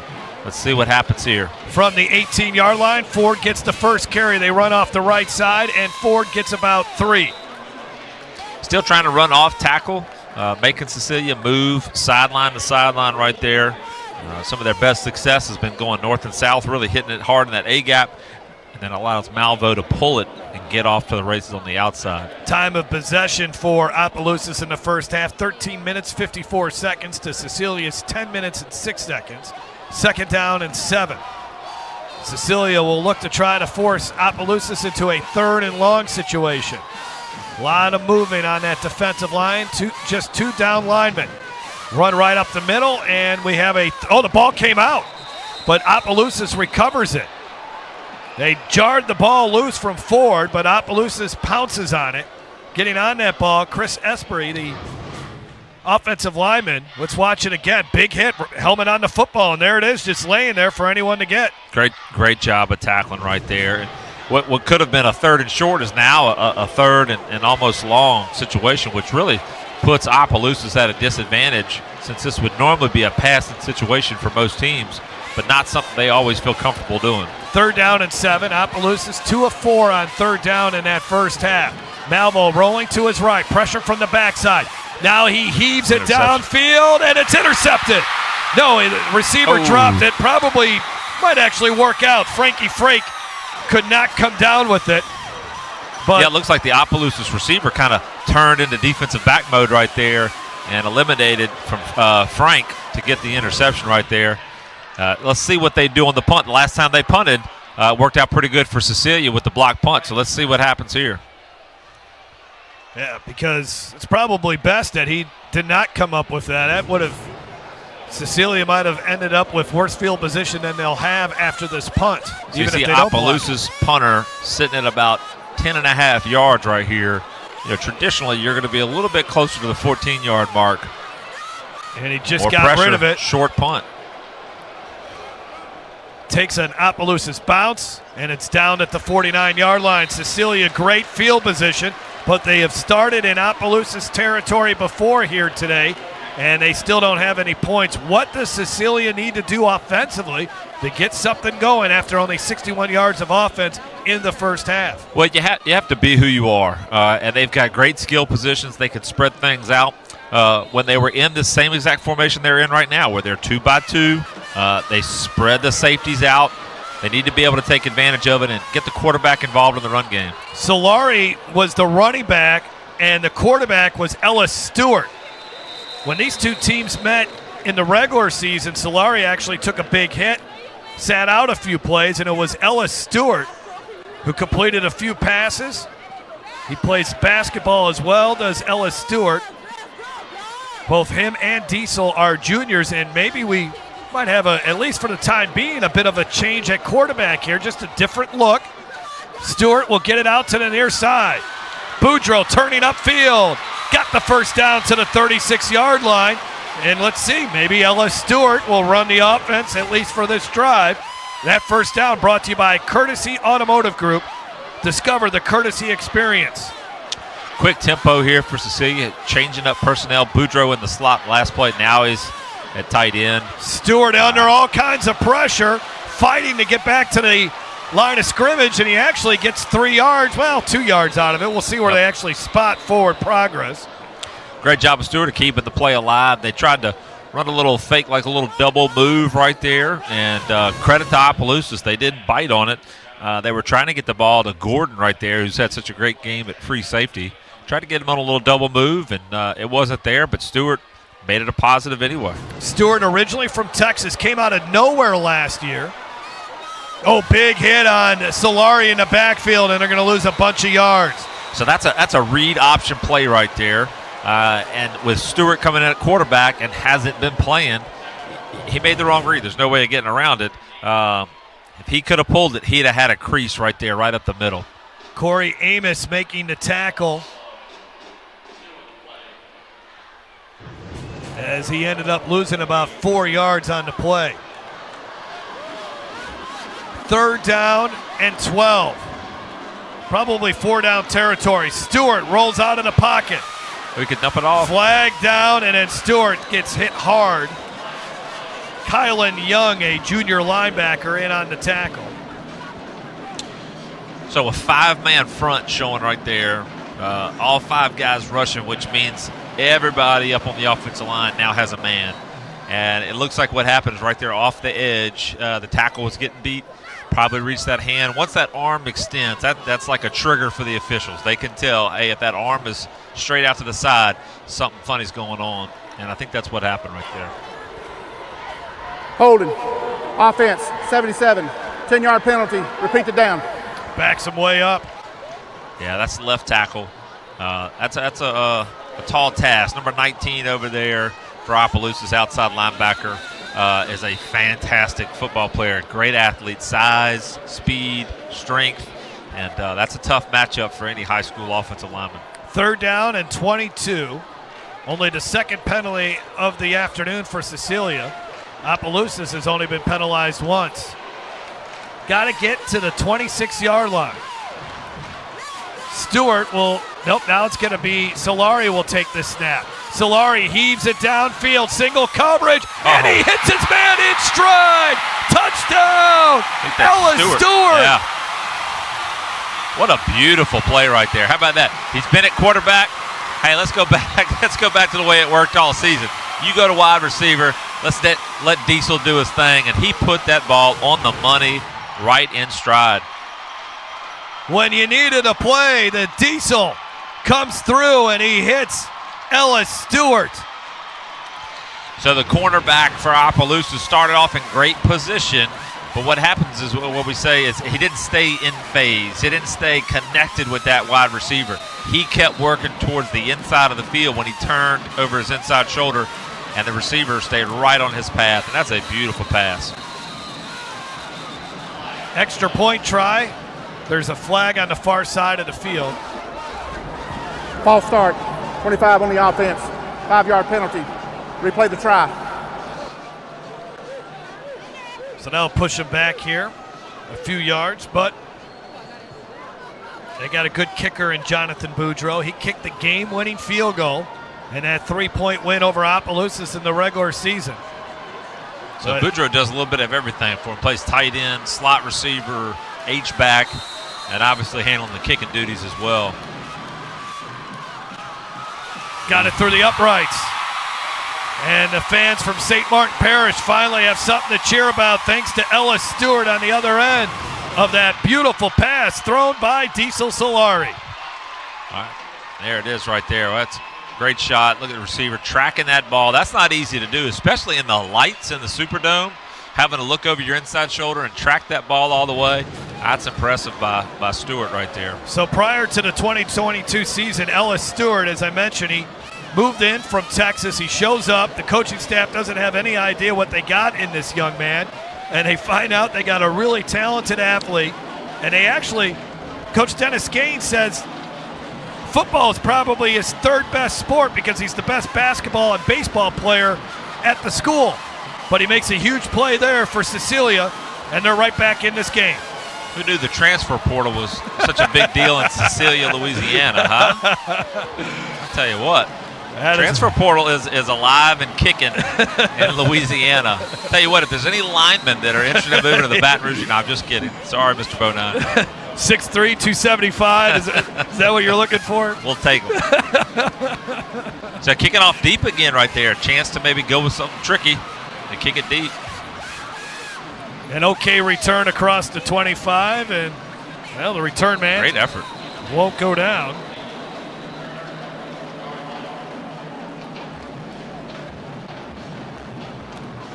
That's Fontenot on the return right there for Opelousas. Boy, just kept his legs churning like that. That was impressive. Picked up about 7 yards after contact. Let's see what Opelousas does right here. They tried to go east and west. And it didn't work out great on the last possession. Let's see if they can get going back with that downhill run game.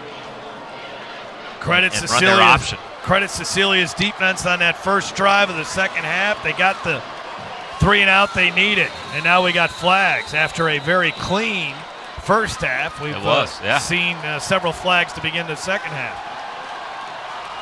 And this is going to be against Opelousas. Dead ball. False start. Offense. 5-yard penalty. Repeat first down. Yeah, it must have been some minor, like kind of some almost twitching up front. I didn't notice any major, movement up front. That was going to be the option play right there. They're leaving the end man line of scrimmage unblocked, forward straight downhill, and Malvo gets to read it. First penalty on Opelousas that actually cost him yardage. So first down and 15. Got him open. Yep, he is wide open. That's Corey Fontenot. Fontenot all the way to the 34 as he was chased down by Braylon Calais. It's excellent hustle right there. Yeah, Braylon Calais makes a great tackle from behind. Great effort. But Fontenot, their big play receiver, 48 catches on the season, over 900 yards receiving, and a dozen touchdowns, and a great run after the catch. Great throw by Malvo right there. Great route by Fontenot, and then excellent after the catch. Makes the first guy miss. Calais tracks him down, but that's huge. Just to show that you have the ability to get a little play action pass like that. It's going to open up this run game.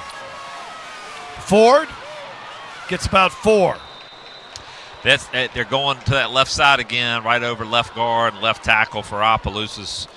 Really have found something good over there with Lewis at left tackle and Lambert at left guard. So second out and 6 after the 4-yard run.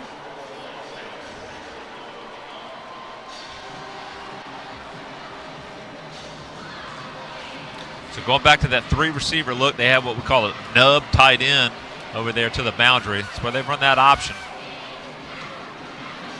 Ford sidesteps a defender in the backfield, gets a few yards. Jacob Joseph in on another stop. Gain of about 3.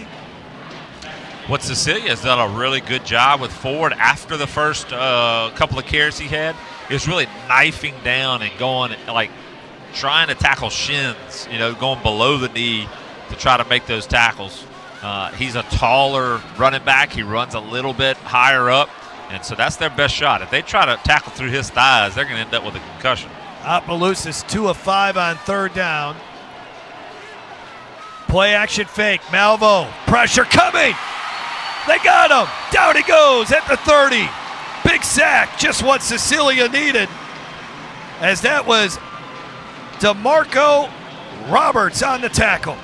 Yeah, Roberts not your prototypical size for a defensive lineman. He's a little taller, a little leaner, but man, what a great motor, and just kept going. That's a huge play. Now it's 4th and 6, 4th and 7. That kind of puts Opelousas in a bind here on what they're able to do. I look to see that they're going to probably try to sprint out Malvo.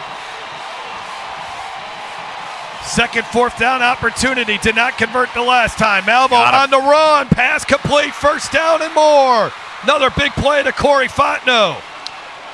Malvo did a great job of buying time with his feet right there. He didn't necessarily have to move because of so much pressure, but he could see it really open up there to his right side, and he took off, and that allowed Fontenot to come right into his line of vision. And fantastic pitch and catch.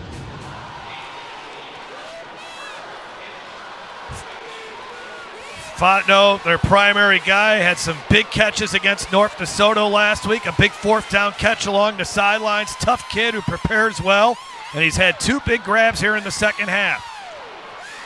Good run by Malvo all the way inside the 10 to the 3-yard line as they have made their way down inside to the red zone fundraising side of the field. Great play call right there, and really it was just very fortunate right there. Cecilia had everybody loaded up, both A-gaps, both B. They have nobody off tackle right there, and Opelousas attacked it. First and goal at the 3.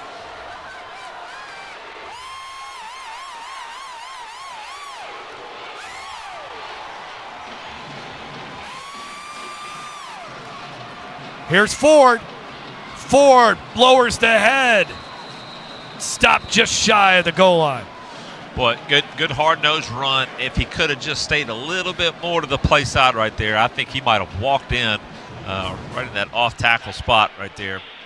You can see they got the kick out they need on 13, but he's a downhill runner. You're not going to question him Ford very often. Crashes into the end zone.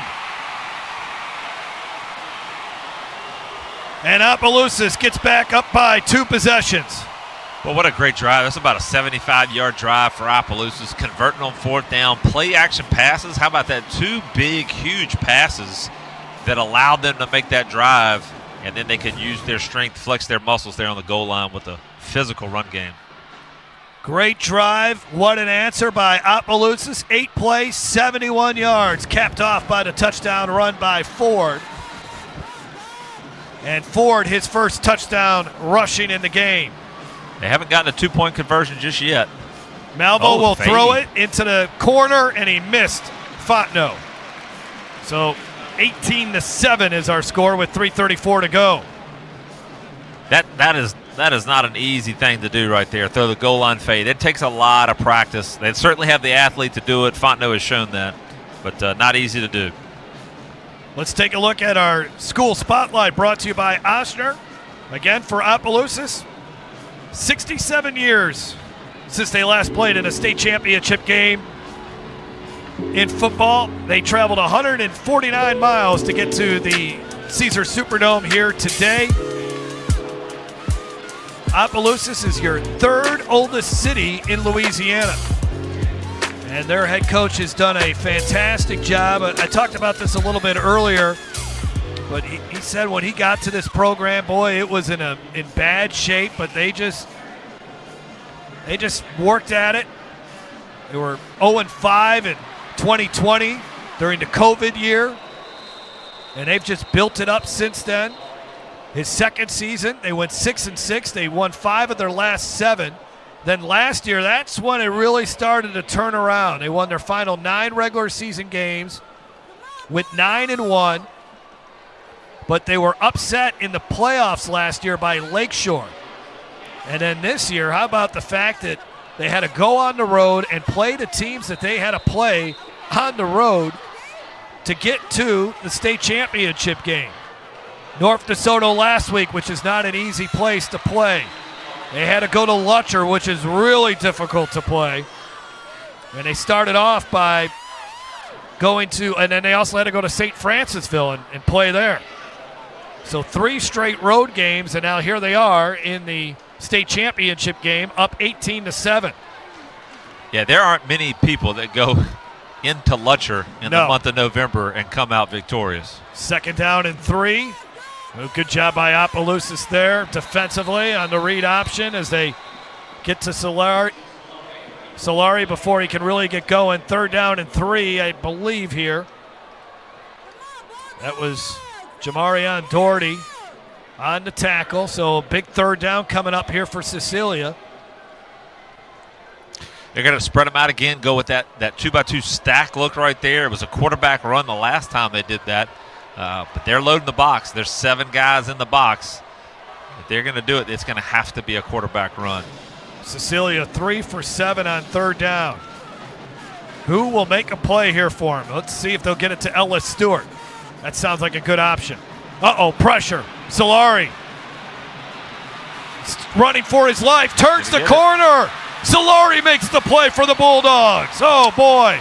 Maybe a game-saving play right there for the Bulldogs to keep this drive alive. Absolutely. Opelousas defenders in the secondary and the back end did a great job of covering the receivers. They get a free rusher right there. They had 7 guys in the box. They can only protect with 6 in that formation, and Diesel has to do it on his own, and that was outstanding open field running. Gordon is in the backfield. They hand it off to Stewart, though. Stewart angled out of bounds at about the 43-yard line. He got 8. Stewart did a fantastic job there. So when you run the jet sweep, it's so natural for those guys to immediately try to put their foot in the ground at the first opportunity and cut it up. He was very patient, let his wide receivers do their job on the outside, and he picked up 8 yards where he could have been tackled for a 2-yard gain. Opelousas calls a timeout. First charge, timeout. So we just did Opelousas' spotlight. Let's take a look at Cecilia's spotlight. Coach Dennis Gaines.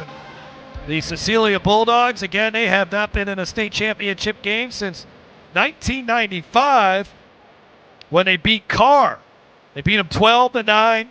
Here they had to travel 109 miles from St. Martin Parish. They were founded in 1992, was Cecilia.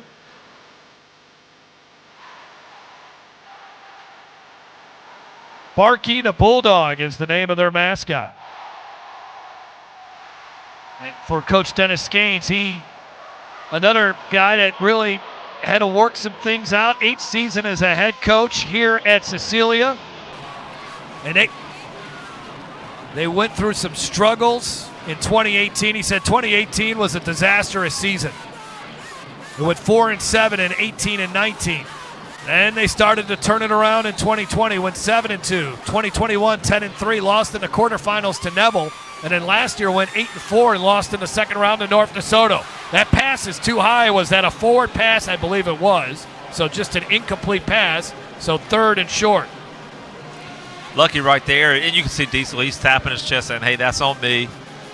They're going to have to keep spreading out. They're going to have to throw those wide receiver screens. The problem is when you go really fast, sometimes you don't actually have the numbers. And if they can match you 2 for 2, nobody can block. Hey, there's Barky. Barky needs to pick it up. Come on, man. Barky, you're in the Superdome. He's nervous. He's really nervous right now with his team down by 11. Here is Solari, and he's not going to get the first down, but it's so close. Yep. Barky looks like he's all barky and no bitey. He's got to step it up. All right, so here we go. Decision time. It's 4th and short. There's still plenty of time left in the game for sure. They're going to go for it right here. 4th down and 1. 9 guys in the box. Here comes Solari straight ahead. What an effort. Big boy football right there. Oh, man. I love the effort. Physicality right there by Diesel. Just catching it and going straight ahead, downhill. Didn't even have – the back didn't have the chance to cross and go lead for him right there. He just took it himself. Courtesy Automotive Group first down. He mishandles the snap, but Solari now just throws it deep. And it is – the receiver had to be the defender there. So the ball was snapped before Diesel was actually looking for the ball. He may have been looking to the sideline to make sure that they had the play called. Here it comes. Hit him right in the chest. He's fortunate the snap was so accurate. It hit him right in the chest and went down. Yeah, it didn't ricochet somewhere. Well, lucky break there. 2nd down and 10. Need some breaks if you want to win a state championship. They need a comeback if Cecilia wants to win a state championship. Solari, flag down, probably coming back. Yeah, you know, right there on the edge, they had two guys blocking one defender right there. And a lot of times that's going to result in somebody holding on to something because they're not sure where to be.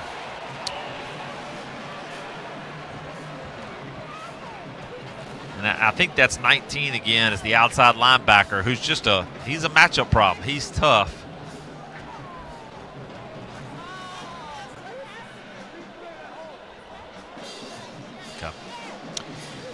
Diesel, great run Holding. right there. Offense, 77, 10-yard penalty, repeat second down. Christian Menard, the junior offensive tackle. Let's watch it again on the left side of your screen. Yeah, he's got that arm on the outside. Yeah, pretty easy call there. That's When you can see that arm fully extended like that, that's going to get called every single time. So all of a sudden, second down and 20. A lot of work here. Solari lofts one. Double coverage. Intercepted.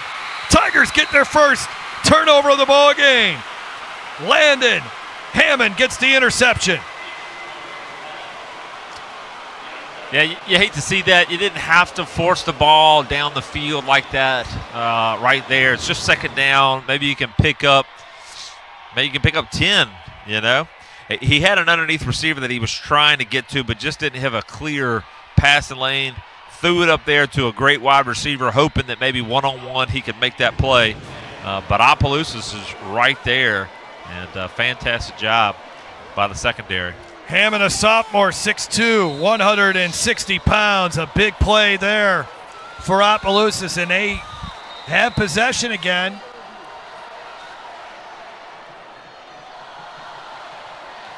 Up by 11, and now Cecilia's defense has a must-stop in front of them.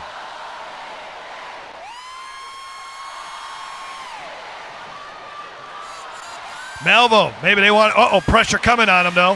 Malvo shows that great speed to get out of it, and a great catch. Beautiful grab as Corey Fontenot really heating up here in the second half, was silent in the first half. But he has made 3 big-time catches in the second half for the Tigers. No doubt. That's huge right there. Malvo using his legs, getting on the outside, and then being able to find the receiver. Huge conversion. Once again, in the second half, Opelousas' biggest plays have been through the air, where they had no success in the first half. Malvo now 4 of 6 for 90 yards. And it's 3 receptions for 78 yards, and it's time for the fourth quarter from the Caesars Superdome. Opelousas looking for that first ever state championship in football. Cecilia got on the board in the third quarter, but they need 2 more touchdowns as Malvo and Fontenot are connecting on some big plays. Tackle the road with courtesy value. Because every vehicle is equipped with tons of value. Score big with the courtesy value advantage. 1, we have a huge selection all on one website. 2, you can't pay too much for a vehicle at Courtesy. Because every vehicle comes with a courtesy value guarantee. Including the warranty, covering hundreds of items. So you get top dollar if you decide to trade it in. 3, decide you don't love it? You got 3 days to exchange. Take the winning drive to your local courtesy value dealer. The Louisiana Sports Hall of Fame and Northwest History Museum is located on the banks of the Cane River in historic downtown Natchitoches. And each and every summer, the Louisiana Sports Hall of Fame comes to life with the Hall of Fame Induction Weekend. With parties and festivities all weekend long, we celebrate the Hall of Famers, and this year's no different. Make your plans June 20th through 22nd to be there to see Drew Brees, Daniel Cormier, Frank Monica, Simone Augustus, and many others. Go to lasportshall.com and get your tickets now. At Ochsner, we know healing is a team sport. That's why we've partnered with world-renowned orthopedic surgeon Dr. James Andrews to create the Ochsner Andrews Orthopedics and Sports Medicine Institute. Whether you're a professional athlete or a weekend warrior, our team of specialists are dedicated to getting you back in the game. So whatever your reasons are for reaching your personal best, we've only got one: you. Ochsner Andrews Institute. Long live you.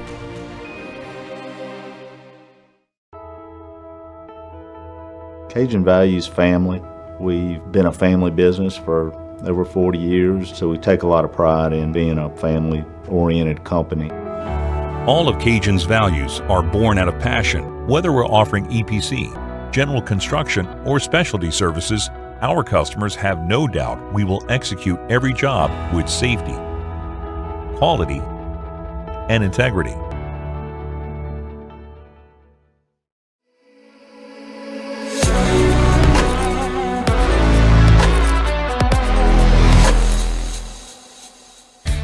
We head into the fourth quarter. Jeff Palermo and Neil Weiner with you. Opelousas 12 minutes away from its first ever state championship in football. They got it 1st and 10 at the Cecilia 47. Ford running hard right up the middle for a couple more. Cecilia nearly 300 yards of, Opelousas nearly 300 yards of offense, while Cecilia is at 146. So Opelousas, every time they've been in that 3-by-1 trips closed deal with a tight end over here, they've run their option, their read play. What Cecilia has done now in the second half is they've got an extra guy there. So the end man of the line of scrimmage can crash immediately on the back, but they've got the corner sitting right outside waiting for Malvo. Look to them possibly run that same play, but run it to the field, to the 3 receiver side in the future. Running off the left side. Nice run by the backup running back, that being Cody Major. Yeah, it took Ford out for just one play, and now he's back in. Major with a nice run, running to the field, to the 3 receiver side. Like I said on the previous play, that Cecilia is staying over here on the short side of the field, if you will. DeMarco Roberts on the tackle for the Bulldogs. Another 3rd and short. Opelousas 2 of 6 on 3rd down. They converted on their first 2 third downs, but they have not on their last 4. So Opelousas now operating similar to what they did last week. They're going to wait. They're going to milk clock. They're going to snap it with 2 seconds left on the play clock. Great run there by Ford. Oh, look at that. Wow. Just brute strength there for 11 yards and a Courtesy Automotive Group first down. Yeah, doing his best Zeke Elliott right there, just saying, keep feeding me.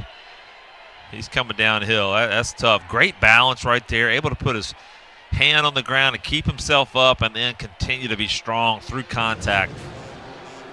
Braylon Cowley on the tackle. Over 220 rushing yards for Cecilia, 220 rushing yards for Opelousas as we have whistles and a flag. Cecilia held to just 38 rushing yards. Dead ball. False start. 53 offense. 5-yard penalty. Repeat first down. Joseph Milton, the senior. Good-sized kid at 6'2", 290 pounds. Made a mistake there. They're all good-sized kids yes, on that they offensive are. line. They I certainly can tell you. are. There's no runt of the litter.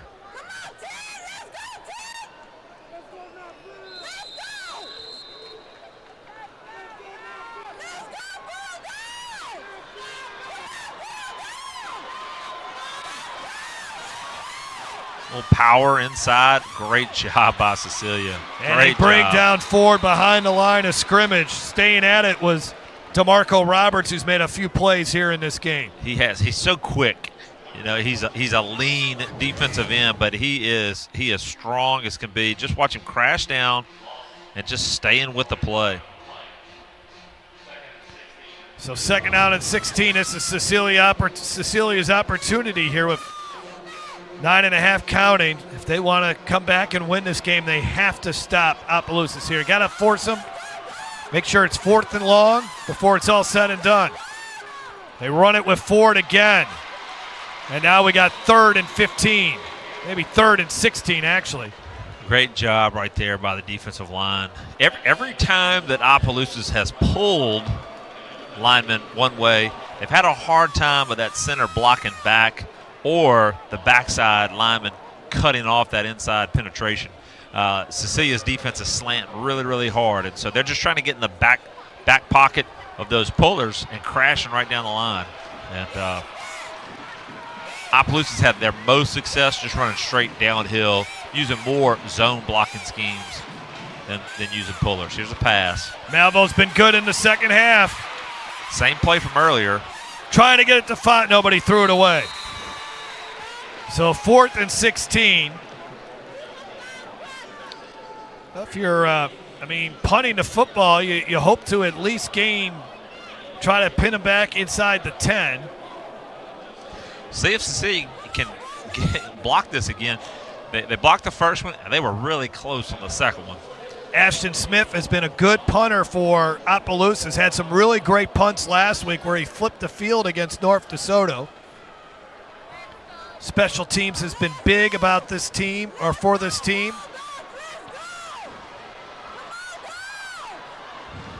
They were coming after it, and it's a high punt. And it'll be down. Oh, and takes a nice little roll there for Opelousas, and it works out well for the Tigers. Hub International is Louisiana's premier employee benefits and commercial insurance brokerage. Chances are you're probably already doing business with someone who does business with Hub. Turn to the agency that the Tiger Saints and Pelicans choose, Hub International. You can visit them today at hubinternational.com. Well, first down and 10 now at the 14-yard line for Cecilia. And it's time for Diesel to get it going. So going back to their opening script where they all double pass. Stewart, bobbled it. Now all he has to do is run upfield, or all he can do, and he might have lost a yard. Yeah, it's really the best thing that could have happened in that situation. They actually had everybody covered. He would not have been able to complete that pass. Well, I think what they're going to bring Brent Gordon across the field, number one. But that was going to be a slow developing play regardless. So second down and 12.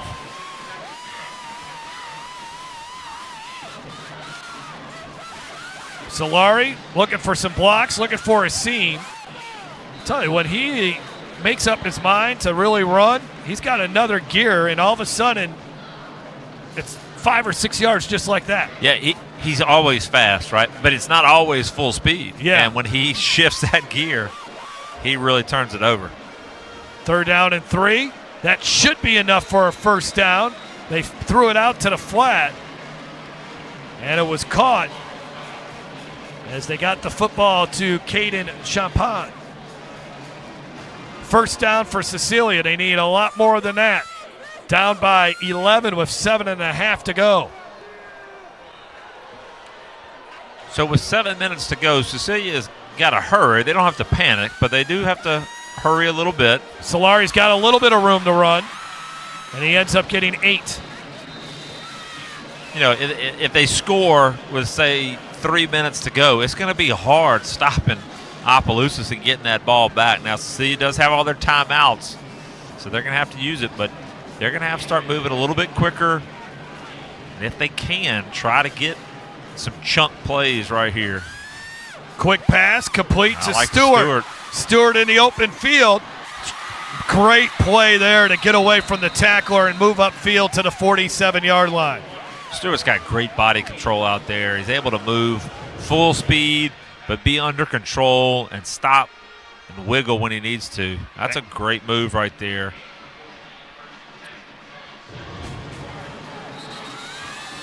Opelousas with the timeout.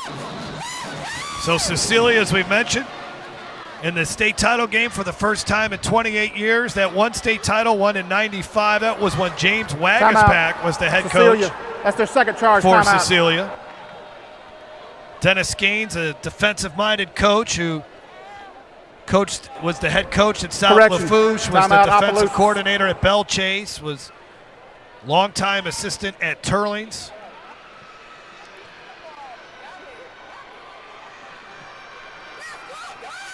His offensive coordinator, Clint Harrison, who was the head coach, or excuse me, the offensive coordinator for Belle Chase in 08 when they won the state title.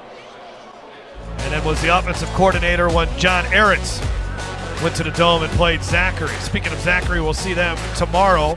But later on, another River Parish team, St. James and Union Parish. Union Parish trying to avoid being the Buffalo Bills, 4 straight championship appearances without a win. They've lost their last 3. Even though they don't have Trey Holley, they are still really good, led by longtime head coach Joe Spadafora. Well, I'll tell you what, there's a lot of coaches in the LHSAA that would love to be Coach Spat and be in the Dome that many times. Yep. Following his blockers there was Solari. Spatafora does have a state championship, won one about 10 years ago, I believe. St. James, led by Levante Davis, one of the really good coaches in this area, in the state, led Scotlandville to a state title game a few years back when they had Levi Lewis. Such a class act, just runs a clean program. Over the middle, great catch. Oh man, how did he hang on to that football? What a play by Jonathan Boudreau. The defender lost his helmet. Boudreau held on to the ball, and a big first down for the Bulldogs. So the safety's going to have to come out. Might be an opportunity to try to take advantage of that. See if they can get a good, maybe a little double move on the new player coming in for them. But they're going to pack them in tight on offense right here. Bubba Boudreau, the 3-year starter, made a nice play, and then they get the ball to Brent Gordon. So Gordon, who's had a great game on defense, now in the backfield. They've moved Broussard, who started off at running back in the backfield. He's out wide playing receiver. And Gordon, who started off playing some wide receiver, playing a lot more running back. 2nd down and 2. Gordon is a guy that's gotten a lot bigger since his freshman year, as he spends a lot of time in the weight room. Good tackle by Kylan Young. And they'll bring up 3rd down and short here for Cecilia. 5.5 and counting. Here's the thing with Cecilia that they got in their back pocket, Neil. If they're able to punch it in here, they got all these crazy onside kicks. They feel very confident in converting on an onside kick. Off the left side, 1st down to the 6-yard line. There's more of Gordon. Gordon's been a difference maker in the backfield this drive for sure. On the track team, runs hurdles, a couple relay teams, very physical, fearless player. 1st and goal. Solari. Keeps pushing. That's a touchdown. That is a touchdown for the Bulldogs. It's a one-score game again with 5:02 to go. Hard-fought drive there for Cecilia in a must-have situation. Wow, just tremendous heart by the Cecilia Bulldogs. The offensive line, they get called for holding a couple of times. They were behind the sticks, but they just keep finding ways to make plays. And these skill guys for Cecilia, Coach Gaines' offense, man, coming up big right there. 11 plays, 86 yards. Solari, again, he had that ACL injury a year ago. Catching a breath. Yeah, he's hurting right now. He had to give it all on that drive, and then the extra push to get in the end zone. I guess they want to make sure that he crossed the plane before they call for the extra point here with the officials. Got the run game going a little bit. They spread the ball around beautifully. Great catch by Boudreau, the former offensive lineman, now tight end. So they go for 2 to make it a 3-point game. Stewart doing all kinds of crazy stuff in the backfield, and he gets taken down. Not fooling Opelousas, and in particular, Colin Fontenot. Yeah, you got to go for 2 in that situation. So it's definitely the right decision. And then the play is, I guarantee you that's a play they worked on. The timing on the snap that didn't help. Even if it had been a perfect snap, Opelousas right there, Fontenot was all over Stewart in the backfield. All right, Coach Zachary and the Opelousas Tigers clinging to this 5-point lead with 5:02 to go. And now Cecilia, who runs a lot of different things off of their kickoff team. Dennis Gaines takes so much pride. Jason Falk, their special teams coordinator. They started last week's game by recovering an onside kick. So Opelousas, the way they're defending this right here, okay, they've got everybody inside the numbers, and these numbers are not the high school numbers. That's for the NFL. So there's almost 18 yards of space to the side over here. They could kick it from this formation to the left over there on about the 40-yard line, and they should have an easy opportunity to recover it. So I can see special teams coach kind of pointed up to the sky, so I guess they're going to go ahead and kick it a little deeper here. Yep. They need to have a good cover right here. Great job. Yep. Return man got to the 25, and that was it. So Opelousas. So, this situation is what you call 4-minute offense, where you've got the lead. There's about 4 minutes to go in the game, and you've got to try to run as much clock as possible. Cecilia's got all 3 timeouts. Opelousas' offense is basically a 4-minute offense, so this is right up their alley. But because Cecilia's got those timeouts, they're going to have to pick up a couple first downs if they want to run this clock out. At the 26-yard line, the drive will start.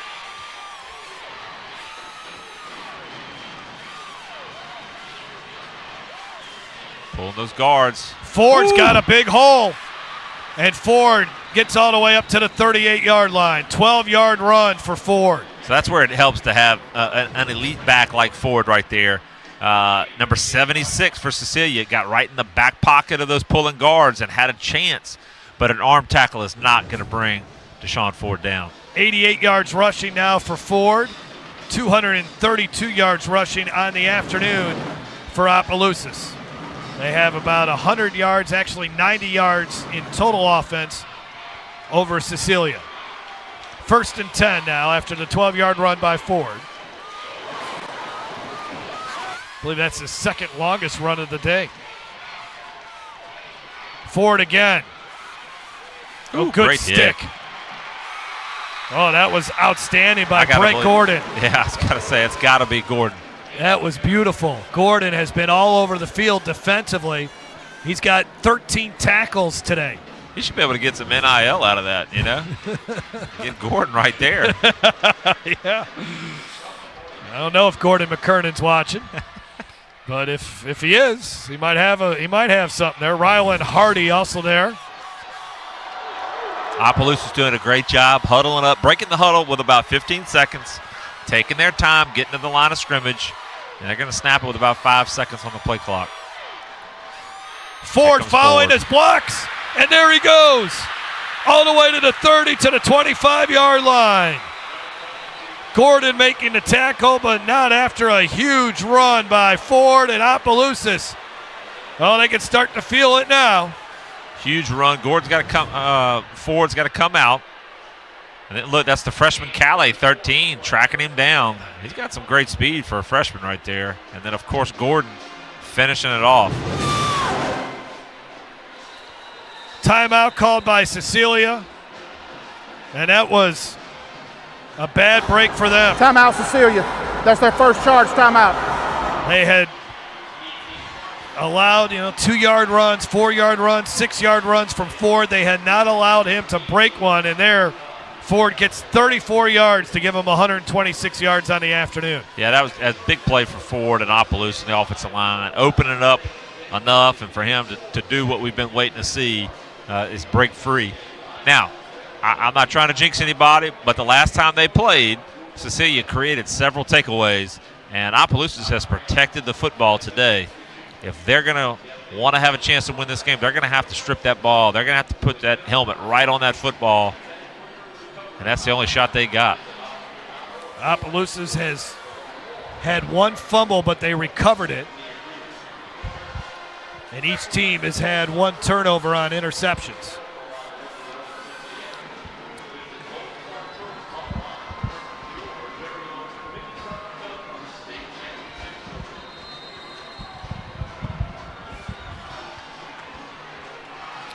So 1st and 10 at the 24.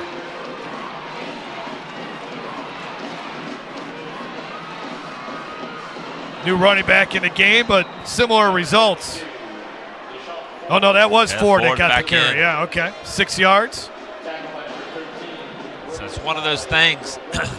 Cecilia's sitting, waiting back for the Malvo to pull it. In the meantime, Ford is just going straight downhill.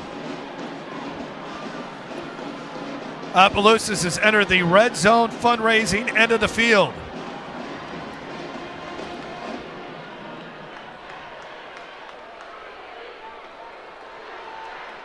Look over to the other side of the field. Everyone from Opelousas on their feet at the moment. Timeout called by the Tigers. Well, the folks in Opelousas have traveled well. It Yep. is a sea of orange across the way over there. Timeout, Opelousas. That is their third as you and pointed final out, timeout. it's 149 miles from Opelousas to the Dome. That's the birthplace of I-49. So I-49 and 149 might be the magic combination.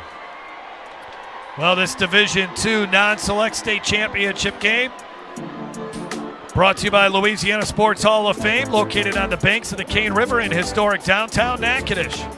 Also brought to you by Cribs Incorporated, roofing and sheet metal.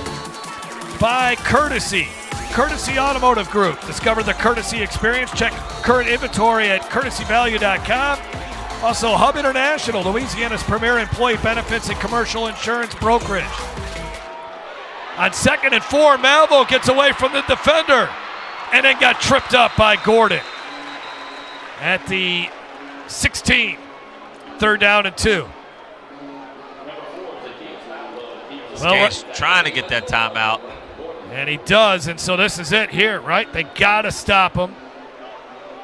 They need a couple stops, but if they can get a negative play here on this Opelousas team. Timeout, Cecilia. That's their second charge timeout. So one more timeout for the Bulldogs.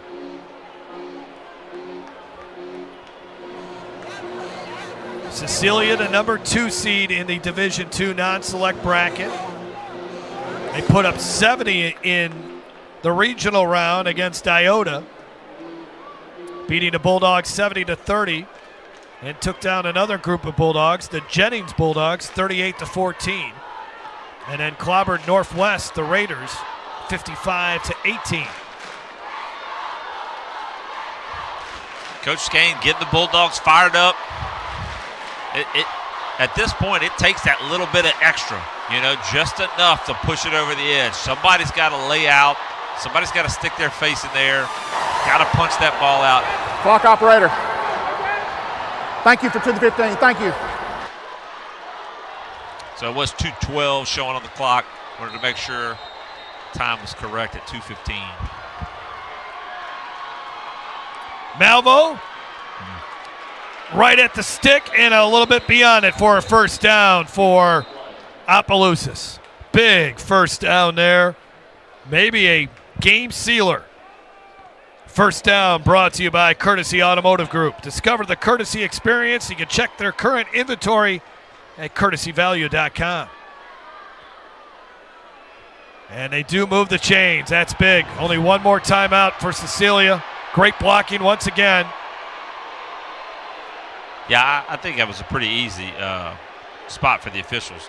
White had actually signaled it before. I think the rest of the crew just wanted to make sure. And it's easy to see once they looked over there.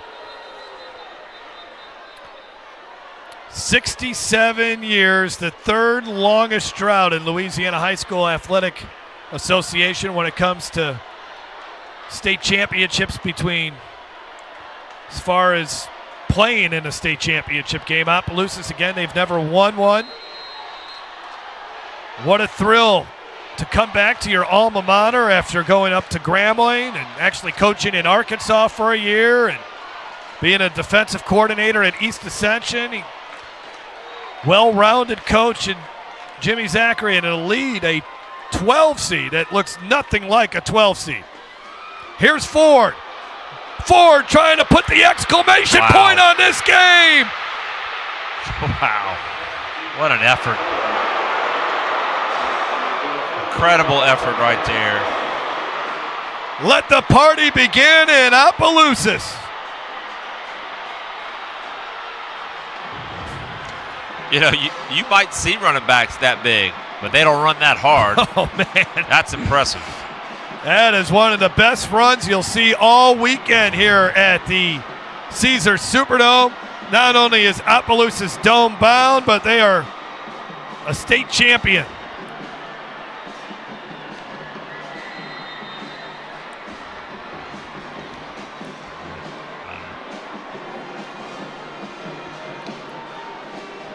Malvo into the end zone for 2. First successful 2-point conversion for him right there. Took till their 4th try, but it works out. 26-13. And the old adage, hard to beat a team twice, especially a tight game like they played at the end of the regular season. And then the confidence that this Opelousas team must have. We talked about their journey through the postseason. It just seemed like nothing was going to stop them. Well, it starts with the head man right there. Jimmy Zachary, he's confident in himself. He's passionate about what he does. And that's contagious. When your kids see how much you believe in them, they believe in each other. And that's exactly what it takes to make the ride and the road to the dome that they've taken. On the return for Cecilia, getting upended the return man. As that was Corey Broussard. Great game for Zach Melvo, and he's only a sophomore. I mean, all this attention on Deshaun Ford, but this young man, Melvo, has really grown up here today. Well, and look, Malvo's coming back, Ford's coming back, Fontenot, the big play receiver's coming back. They got some weapons. Malvo with that 4.4 speed. Solari, he's got another year of high school football in him as well, as he's just got to throw it away. Great pressure all day by this Opelousas defense. Jonathan Ford there. Yeah, Diesel out of the pocket right there. The officials were talking to make sure that they got that straight. He's out of the pocket with new rule changes with the NFHS rules. The quarterback is now in Louisiana, is able to protect himself and throw the ball away.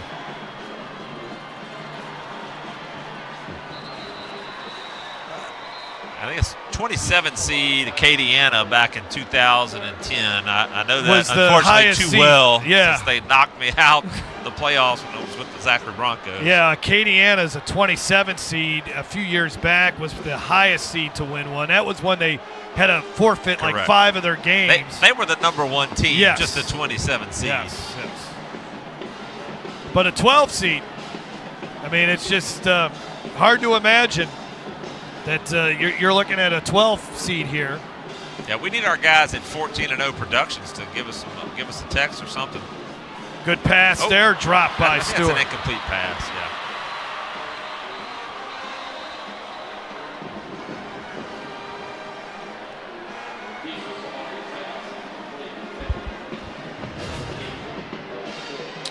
Opelousas this season, if you're wondering, why they're 12th seed, they lost the season opener to Turlins, which is nothing to be ashamed about, 34-16, and then had a tough loss to Sanamaw, so playing some really good competition. They lost by 6 to them, and then the 3-point loss to Cecilia. But along the way, they beat some good teams, and so Diesel Solari gets sacked, and this Opelousas defense, they are just feasting at the moment, and the final few seconds will be going off the clock here. Just a complete. Right here. Thanks to our special research team led by Dwayne Jenkins, 2003 Lutcher Bulldogs, 15 seed. Okay, there you go. There you go. Man, what a special time for the Opelousas Tigers right here. I've been on both sidelines in both situations where you realize, hey, it's not going to happen, and been able to be just completely thrilled to be on the other side when you realize, hey, all we got to do is take a knee and we're going to win this thing. And this is a special, special time for the Opelousas community, for all of those alumni that have been waiting for this moment for so long. Congratulations to those guys. Well, Dwayne Jenkins said it well in the pregame show about, because of the format we have now in the Louisiana High School Athletic Association when it comes to the playoffs, it allows community schools like this to get to the state championship game, and Coach Lindsay's starting to point to that ring finger. Yeah, I think, Coach Zachary, he's ready. He's probably called his rep. He's probably already got it designed. He knows how many diamonds will be in there. They got to snap it one more time. And the Mardi Gras parades in Opelousas this year are going to be a lot of fun. What a moment. 67 years since their last game in a state championship. The Opelousas Tigers can finally say they are state champions. For the first time in program history, they defeat their district rival Cecilia 26-13, and they took control of this game right from the start, Neil. Absolutely. Well, we talked about the speed and space for Cecilia, the speed and strength of Opelousas, and man, they're just so physical, so big up front. And then the combination of Ford's physicality on the inside and Malvo's ability to read the option and use the speed on the outside was just too much for a Cecilia defense that really relies on some unorthodox stuff to create negative plays, and they were just able to lean on them the whole game. For Neil Weiner, I'm Jeff Palermo. That does it for us. It is now time for the post-game show. We'll get to that when we come back, brought to you by the Louisiana Farm Bureau. Stay tuned. More coming up.